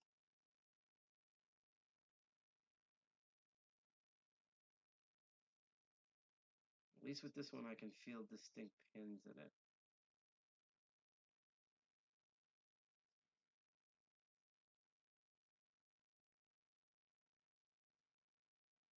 One pin dropped. Okay. Why does that one keep dropping? Dropping the pins, like dropping the ball. Drop your balls. Balls dropping on Master of Unlocking. Seeing what Jack means here. Actually, I'm curious about something real quick. Nope. Again, my pry bars are way too thick. The Z wrench might be able to top the keyway tension this. Yep, if a squirrel's chasing you, drop your nuts and run. You really need to, I don't know, yeah, you really need to come down from Canada, Shay, and go to a DEFCON 201 meeting. Oop, I felt something. Or we might put you in like the video chat next month if you can show up, because you are coming up with all the zingers that we like. I don't know if you saw our last meeting, but basically all your quotes so far, because that's what she said, as we always say here, is all this that's kind of what we were doing on the entire stream.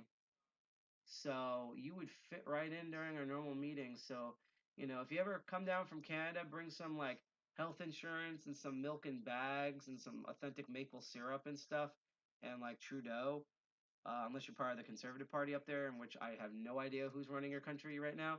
and come down and join one of our meetings, whether it's on the stream itself or on live, and I think you'll fit right in. Cheese curds might get banned.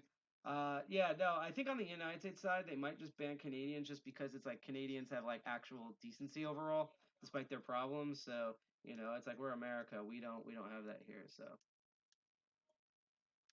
why though? And we hit 100 messages, which we haven't done for the past couple of streams because N Commander hasn't been streaming due to him being in an existential nightmare. Why though? Just look at United States history. I'll put it this way. You guys burnt down our White House in the 1800s. I want you guys to do that again. You guys are lazy. You need to do that again.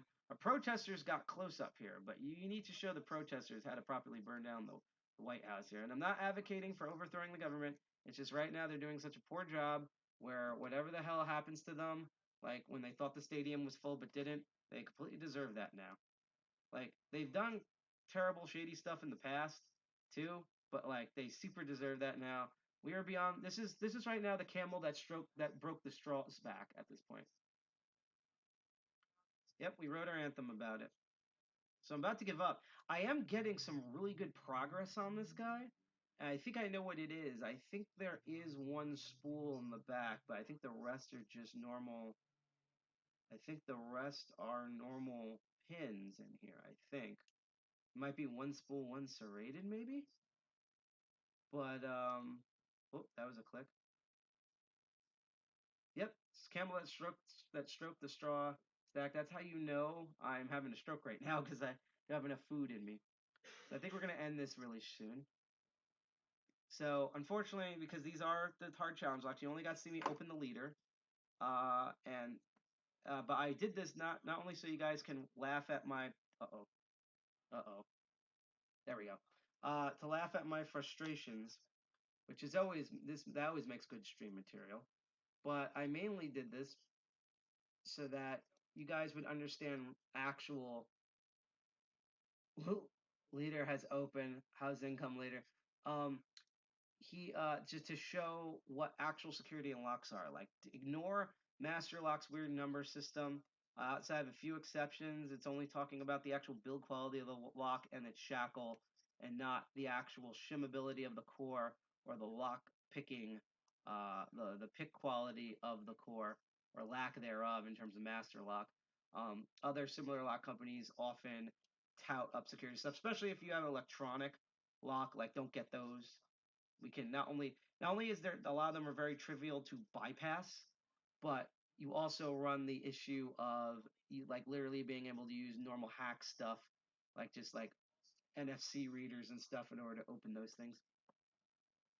I think I'm over tensioning it with the top of the keyway, to be honest.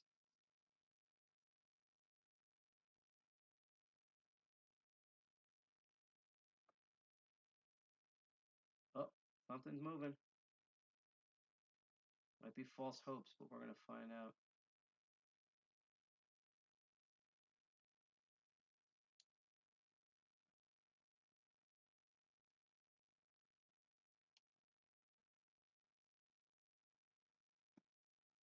Yeah, I'm really trying to make my finger not turn white, because again, if your finger turns white on this, on the tension wrench, that usually means you're putting way too much tension on it. Well, again, we only have a set amount of time, so that's going to be that. But like I said, I want not only for you to be amused by me struggling with all of this on actual security stuff that I'm still learning, but I wanted to show you guys that a lot of times when lock companies are talking about like the security of a lock, they're talking about the lock build, both the shackle and the core for like physical attacks, as well as maybe the shimmability of the actual shackle. They are not talking about the actually, I'll say that while I try to do this guy again. That's what they said. Happy Pride. But no, what was I getting with this? That it's this like in the computer security world when they talk about things are like hack proof, or like that somehow like passwordless, or cloud security. These are all just buzzwords. Same thing with locks. Again, literally master locks on almost every single of their products, right? Pin and core tubular for pick resistance, which literally means nothing. actually. Let me figure out something here. There we go. What's going on there? Actual security is one, how the keyways are designed. The more paracentric, aka the thinner, smaller, more depressed, just like in real life, and snaky, the more twisty and turny the keyway is, the harder it is to use normal tools in there. You need to use thinner tools and different techniques. The other security thing that we kind of briefly talked about, although we featured it in a different episode because I want to get a separate tool system for that, is feel this here. Is the bidding system of a key. So if you have a really flat bidding, it's really easy to pick. In fact, if it's super flat, like that clear padlock over here, they basically become really easy to rake open. Gradually sloping and or really flat biddings are perfect for raking because all you're doing is vibrating the pins so they all line up. So more straight the more straight it is, the more vertible it is, just like in real life. But no, but if you have crazy bidding systems, which are commonly known as like a high low high or a low high low, so if it really looks like a crazy peak and valleys, like they're like jagged teeth from a horror movie, that's another security feature because essentially you have the risk of either oversetting pins or dropping pins, trying to reach around other pins, trying to do the reach around in order to open the lock, which has problems. Either is normal, don't worry, pretty much. Gradually slipping up to the right. Yeah, if it looks like a pirate, that some ladies are into that. A lot of dudes are into that. No, and the last thing, which is what we were really going over, were the designs of the pins. So, and the two main ones, the two common main ones are spool pins, which are shaped like the spool's of thread without the thread on them. They're designed to give false sets, so you think you've actually set or turned the pin and you haven't. Sorry, that's the way that happens, and you'll be able to know because when you push on that spool pin, the tension wrench will give you counter rotation. Basically, the tension wrench tries to push back in the opposite direction. And what you do to defeat it is you give it the proper amount. You ease the tension off your tension wrench as you're pushing that pin up, and then once that spool pin passes the shear line, so it makes that gap, you then push the tension back down because now you've straightened the spool pin and pushed it in the Bible, and it works like a normal key pin now. Serrades have little cuts on the side of them. Yeah, again, serrades have little cuts on the side of them, which means, I wonder if this will actually work better, which means that it will unlike the spools, which will catch on the entire pin, this will only catch at the actual this will catch all the serrades. Oh, there we go. Open. Finally. There we go. See, we find at the end, the demo gods thought we did such a great job doing this episode that it finally opened. The reality was I actually need a longer tension wrench in order to feel the tension better. That's all that was. So see, I can do it. It's just this one is annoying. But again, 4 pins, just like this guy, and I'll do it with the same set of tools. I'll even use the thin one here. Same 4 pins. There's 2 in the back that you manipulate. As our resident innuendo, the mini me in chat is saying you can feel the longer ones better. Exactly. That's why women return my calls. But for real, thank you, Rook Knight. But yeah, and I know, like I always tell people, by the way, Rook Knight, when I train people, is I say when you pick it open, don't just move on immediately. Especially with the practice tumbler sets, I make them pick it a minimum of 2 or 3 times open so that they get the feel and know what they're doing before they progress on to a different lock or a different set in the progressive thing. The only reason why I'm skipping this guy again is simply because we're doing this for time because the episode's wrapping up. But I just wanted to show, just like the last episode, you can pick it open. I just really need to eat the chicken that I took out to defrost that's currently soaking in beer. But yep, just like the other one, just opens like that. I'm actually gonna try that again. But what was I saying about serrades? Yeah, the serrades will catch on the shear line every time they move up from the core tumbler up into the Bible. So what you have to do is you have to do very light. You have to vary your tension very light to very medium tension, and basically you keep pushing them on each serrade. So every time it passes a serrade, you move on to the next. Where is this thing?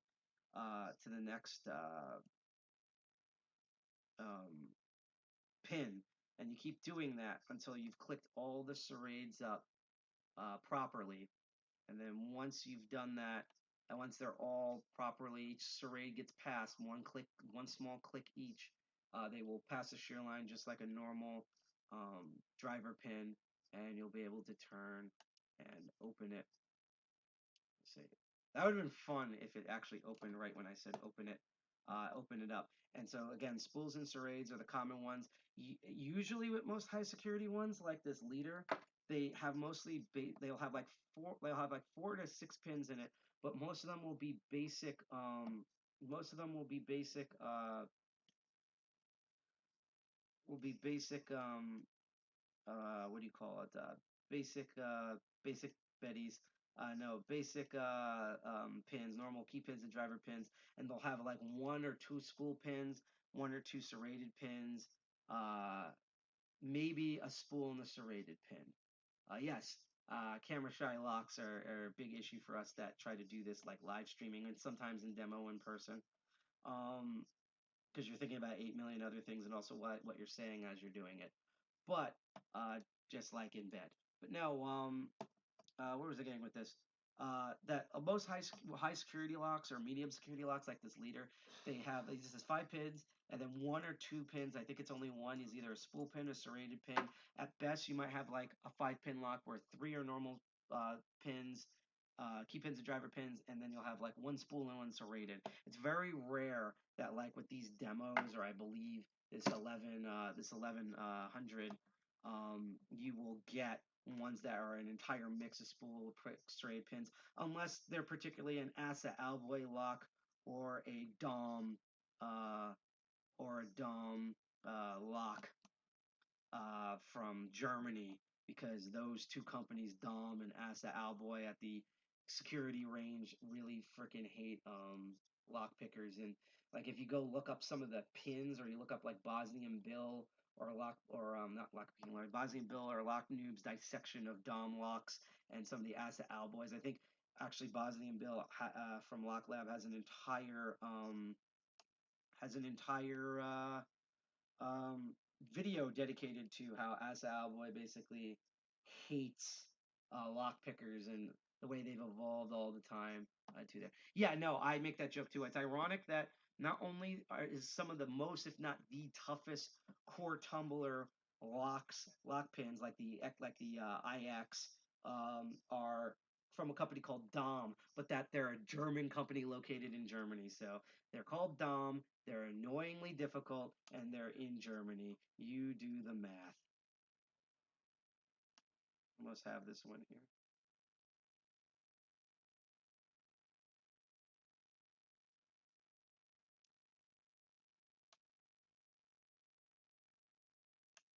I have to keep poking at one of these two here. Eventually this thing turns. One more time. Doesn't open, I'll just be happy that I just opened it once on air. Which is weird, because it makes it sound like I'm like, oh, this is super hard, but it's not. Like, with the lock, normally this one opens up pretty quickly. It's just every time I'm on air, this one's camera shy. I might get a new one that's a cousin. Although I can quickly tell, yeah, basically they're subs. They're more subs than Subway sandwiches. But no, I have a funny story about this guy. When I actually got it, we went across the street to Wendy's, which I'm not going to go to for a long time now. And what I usually do when I get these type of locks is I try to pick them out of the case. So I don't use the scissors. I actually try to pick them out of the case. I did that with this guy. I didn't do that with this guy. And I was picking it, and I picked it open, and it snapped open like you saw earlier. And I got out, and my hand's cramping, that's why. And I got it out of the case, and my roommate, who was with me at the time, the same one that's currently sneezing right now, was like, hey, he like was just looking up, and I was like, what's going on? And I looked up, because I guess I spent like 3 minutes trying to pick this thing out of its case, because I was new to it at the time. There we go. And there were like 6 gentleman all above the age of 40 with just giant wide-eyed stares at me picking the lock out of its case. And there was like this weird awkward silence. And I was just like, don't buy this lock. And they're like, yeah, no, buy it. And they're like writing down the name of it. And they all scattered off. And that was like one of my favorite uh, moments ever in lockpicking, to be honest. I wish I had that like on film because that was hilarious. Yeah, my hand's cramping, so unfortunately I'm not going to get this guy opening it. But at least you can see that I can do it, despite making it way harder than it looks, which is also what she said. So yeah, I'm going to tilt the camera back up, and there you have it. There I am. This is something you rarely see in most lockpicking videos: people's faces. So yeah, that's our episode of Master of Unlocking. This was the whole thing of security, so we went over, a quick recap again, besides the introduction rules of what is, what's a normal lock setup, like this clear plastic guy that I have, and then we went into, like marketing stuff with security, mainly Master Lock's BS rating system that doesn't mean anything. And then we, yes, this is what I'm going to be doing when the stream. It's not noodles, but I'm going to be eating the f out of food after this because I'm so hungry. One of these days, I'm going to eat before this stream, and you're going to watch me just be lock picking lawyer and just open everything immediately. But because I do that at tool meetings. And then we talked about real security, and we covered mainly Paracentric Keyways and what that entails as well. And then we talked mainly about different driver pins, modifications of driver pins. We covered spool pins and serrated pins and the techniques to defeat them. And then we went through a bunch of locks that have those things. Some we opened, some we didn't open. That's just the nature of this thing. And we covered a little bit about also the bidding, where you do high-low highs and low-high lows. Those are real securities for most pin and tumbler locks. Thank you, Rick Knight, for joining. I'm really excited that you saw that because I really love your Instagram. I mean that. That's why when we like pictures, we don't randomly do those. We like legit have to like the thing. I will say that the next episode, unless I get new equipment in, I can guarantee that I'm gonna show you how to make lock picks out of like bobby pins and bobby pins and I'm like Battlefield Earth. I'm at a Dutch angle right now. Bobby pins and paper clips and stuff, and I might be able to get a Sparrow's blank in order to use a file and show how you can make a professional one out of a pre-made blank from scratch. And windshield wipers for tension wrenches. Windshield wiper inserts, not windshield wipers themselves, the inserts for tension wrenches. I would actually laugh. I should actually build a padlock that's so huge you can actually use a windshield wiper as a tension. Hello, Arden16 from D Live. I always get the D Live people at the end. Send lemons because this Saturday I'm doing an episode of Crypto Barons where we're talking about master noding, and we're going to use BitGreen in order to show how master nodes work. And that's going to happen 8 p.m. this Saturday. And when we get tons of lemons, we distribute them through D Live. And that's what we're going to be doing in the future, especially when I get money in. But I would just want to say the next Master of Unlocking, which if I look at our calendar here, is going to be August 2nd. That's going to be like literally probably during Hope itself. I think it's like right at the end of Hope or like during the last day of Hope. That's going to be great. And yeah, I'm going to show how to create lockpicks from scratch and tension tools with like common household items. And then depending on how it goes, I might do tubular locks finally because I'll actually get practice tubular locks because I already have the demo and the tools to do it. I just need like good like practice ones. Because my goal is I always get a clear lock of a lock variant, some practice ones, and then like actual in the field locks of that type. So for tubular, I have the clear lock. I have locks that are normal locks that you can buy that are tubular design or Chicago design. I don't have the easy normal ones. Tool makes those. I'm waiting for those in the mail. If that doesn't come in, I know one future episode will be the next one or the next one will be all about bypasses. So we're not going to be talking about picking as LB bypasses. Worst comes to worst, maybe I'll have a guest on. We'll see, but I can guarantee that I'm going to be showing how you can actually make lock picks and tension wrenches out of normal stuff. I'm going to quickly, you're going to quickly see me disappear for half a second because I am going to go to, I'm still here. Let's hand puppet this. I am going to, it's not YouTube. I am going to Twitch and refresh the page. and we're going to go raid someone else's channel. Let's see who is on. Woke is on. We usually do Woke, but we say the Sphere Hunter. I've emailed her to do a show. Yes, send help. We need an adult. I've been actually wanting to do a crossover thing with Sphere Hunter. She's a big Resident Evil fan, and what I want to do with her is because she's a big fan of Jill Valentine. I want to actually teach her lockpicking while like I'm playing Resident Evil or something, or she plays, and we'll talk about like lockpicking in the Resident Evil series because it's one of the few games that really super features it. So let's see. I'm gonna hit reload again. This is actually how I look without the makeup and stuff, by the way. So I hope you appreciate this. Let's see. So Woke is there, Seer Hunter. Uh, we recently, because we didn't know about this, Chelsea Manning actually does streams, but either she's not on tonight or she ended early. That's what she said. I think we're actually gonna invade. We're gonna raid Sphere Hunter. That's gonna be funny to watch.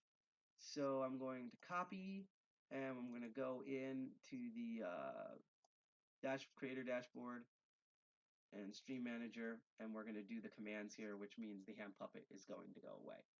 So hang on. Raid, and then her. So again, that was our show, Master of Unlocking. If you really like what you saw, please hit the subscribe or follow button, whether you're on Twitch, YouTube, DLive, if you're watching YouTube through Nvidius on tour, or if you're going to ride Mixer all the way out to the next Hack Alt End Commander, which should happen this Wednesday at 8 p.m. I hope for his triumphant return after having a terrible month. Let's see, someone wrote here, oh, creator dashboard, never mind. Yeah, I know that. I can technically do it through Restream, but I have better control doing it directly through the dashboard on Twitch, which we're going to do that in a moment.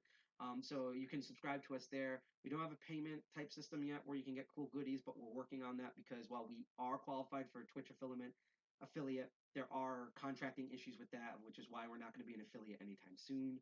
Because we have icons and stuff for you sending us bits and subscribing and all sorts of stuff, but we haven't used them because we're not affiliates yet. Due to contract issues with Twitch. But basically, the rest of the week looks like you're going to have Hack Alt and Commanders, hopefully, triumphant return at 8 p.m. on Wednesday. Then the next day, on Thursday, you're going to have Arch Vile Linux perspective with our co-founder G.I. Jack, where he shows off his Arch Linux system and he often plays video games on it. I don't know what he's going to be doing during the hacker segment, but I actually helped him source a really cool video game thing that involves a bit of hacking with Arch Linux. And I think he's going to use that one if he doesn't do WoW again, which he might still do after that. But that's going to be fun to watch. Don't miss that this Thursday at 7 p.m. At 7 p.m. on Thursday. And then this Saturday, you're going to see me for the fourth, I think, episode of Crypto Barons, where I'm going to, for you guys on DLive who love cryptocurrency and possibly Twitch, I do a show about the technology behind actual cryptocurrency instead of just talking about markets and snake oil buzz terms. And I'm going to teach people what is a master node and how it works, and we're going to set up a master node in BitGreen to show how you can set up through its own terminal a master node and then mine through that master node. So that's it for Master of Unlocking. I hope you enjoyed and learned a bunch of stuff, or at least was entertained with my suffering, which is basically what Twitch is. I'm Sidepocket. I'm one of the co-founders of DEFCON 201. You can find us at defcon201.org. If you like what you see, hit subscribe or follow on whatever platform you're on. If you're on Twitch, we're going to raid the Sphere Hunters channel in a moment. I hope to see you guys next episode. And next month is going to be Hackers on Planet Earth 2020, the remote edition. DEFCON Safe Mode, Diana Initiative, Black Hat, which outside of the talks, you can experience the rest of Black Hat for free. There's going to be soon an announcement from all the DEFCON groups of something we've been working on to celebrate during that. Our next meeting is going to be spectacular. Hacker Summer Camp, instead of it just being a week, it's going to be entirely online for an entire month. You're going to see us stream a lot more. Also to note, up until Thursday, We are participating in a CTF. You can go to our website and then click on our Medium blog, and we have details about how to enter in that because I'll be doing that after I eat today. So once again, thank you for tuning in for DEFCON 201. Please like and subscribe us and hit the follow for more content in the future, such as this show, Master of Unlocking Future Meetings. I'll see you, lockpickers, on August 2nd, 8 p.m., same bat time, same bat place. This has been DEFCON 201. Dirty Jersey represent. Hack the planet. Peace.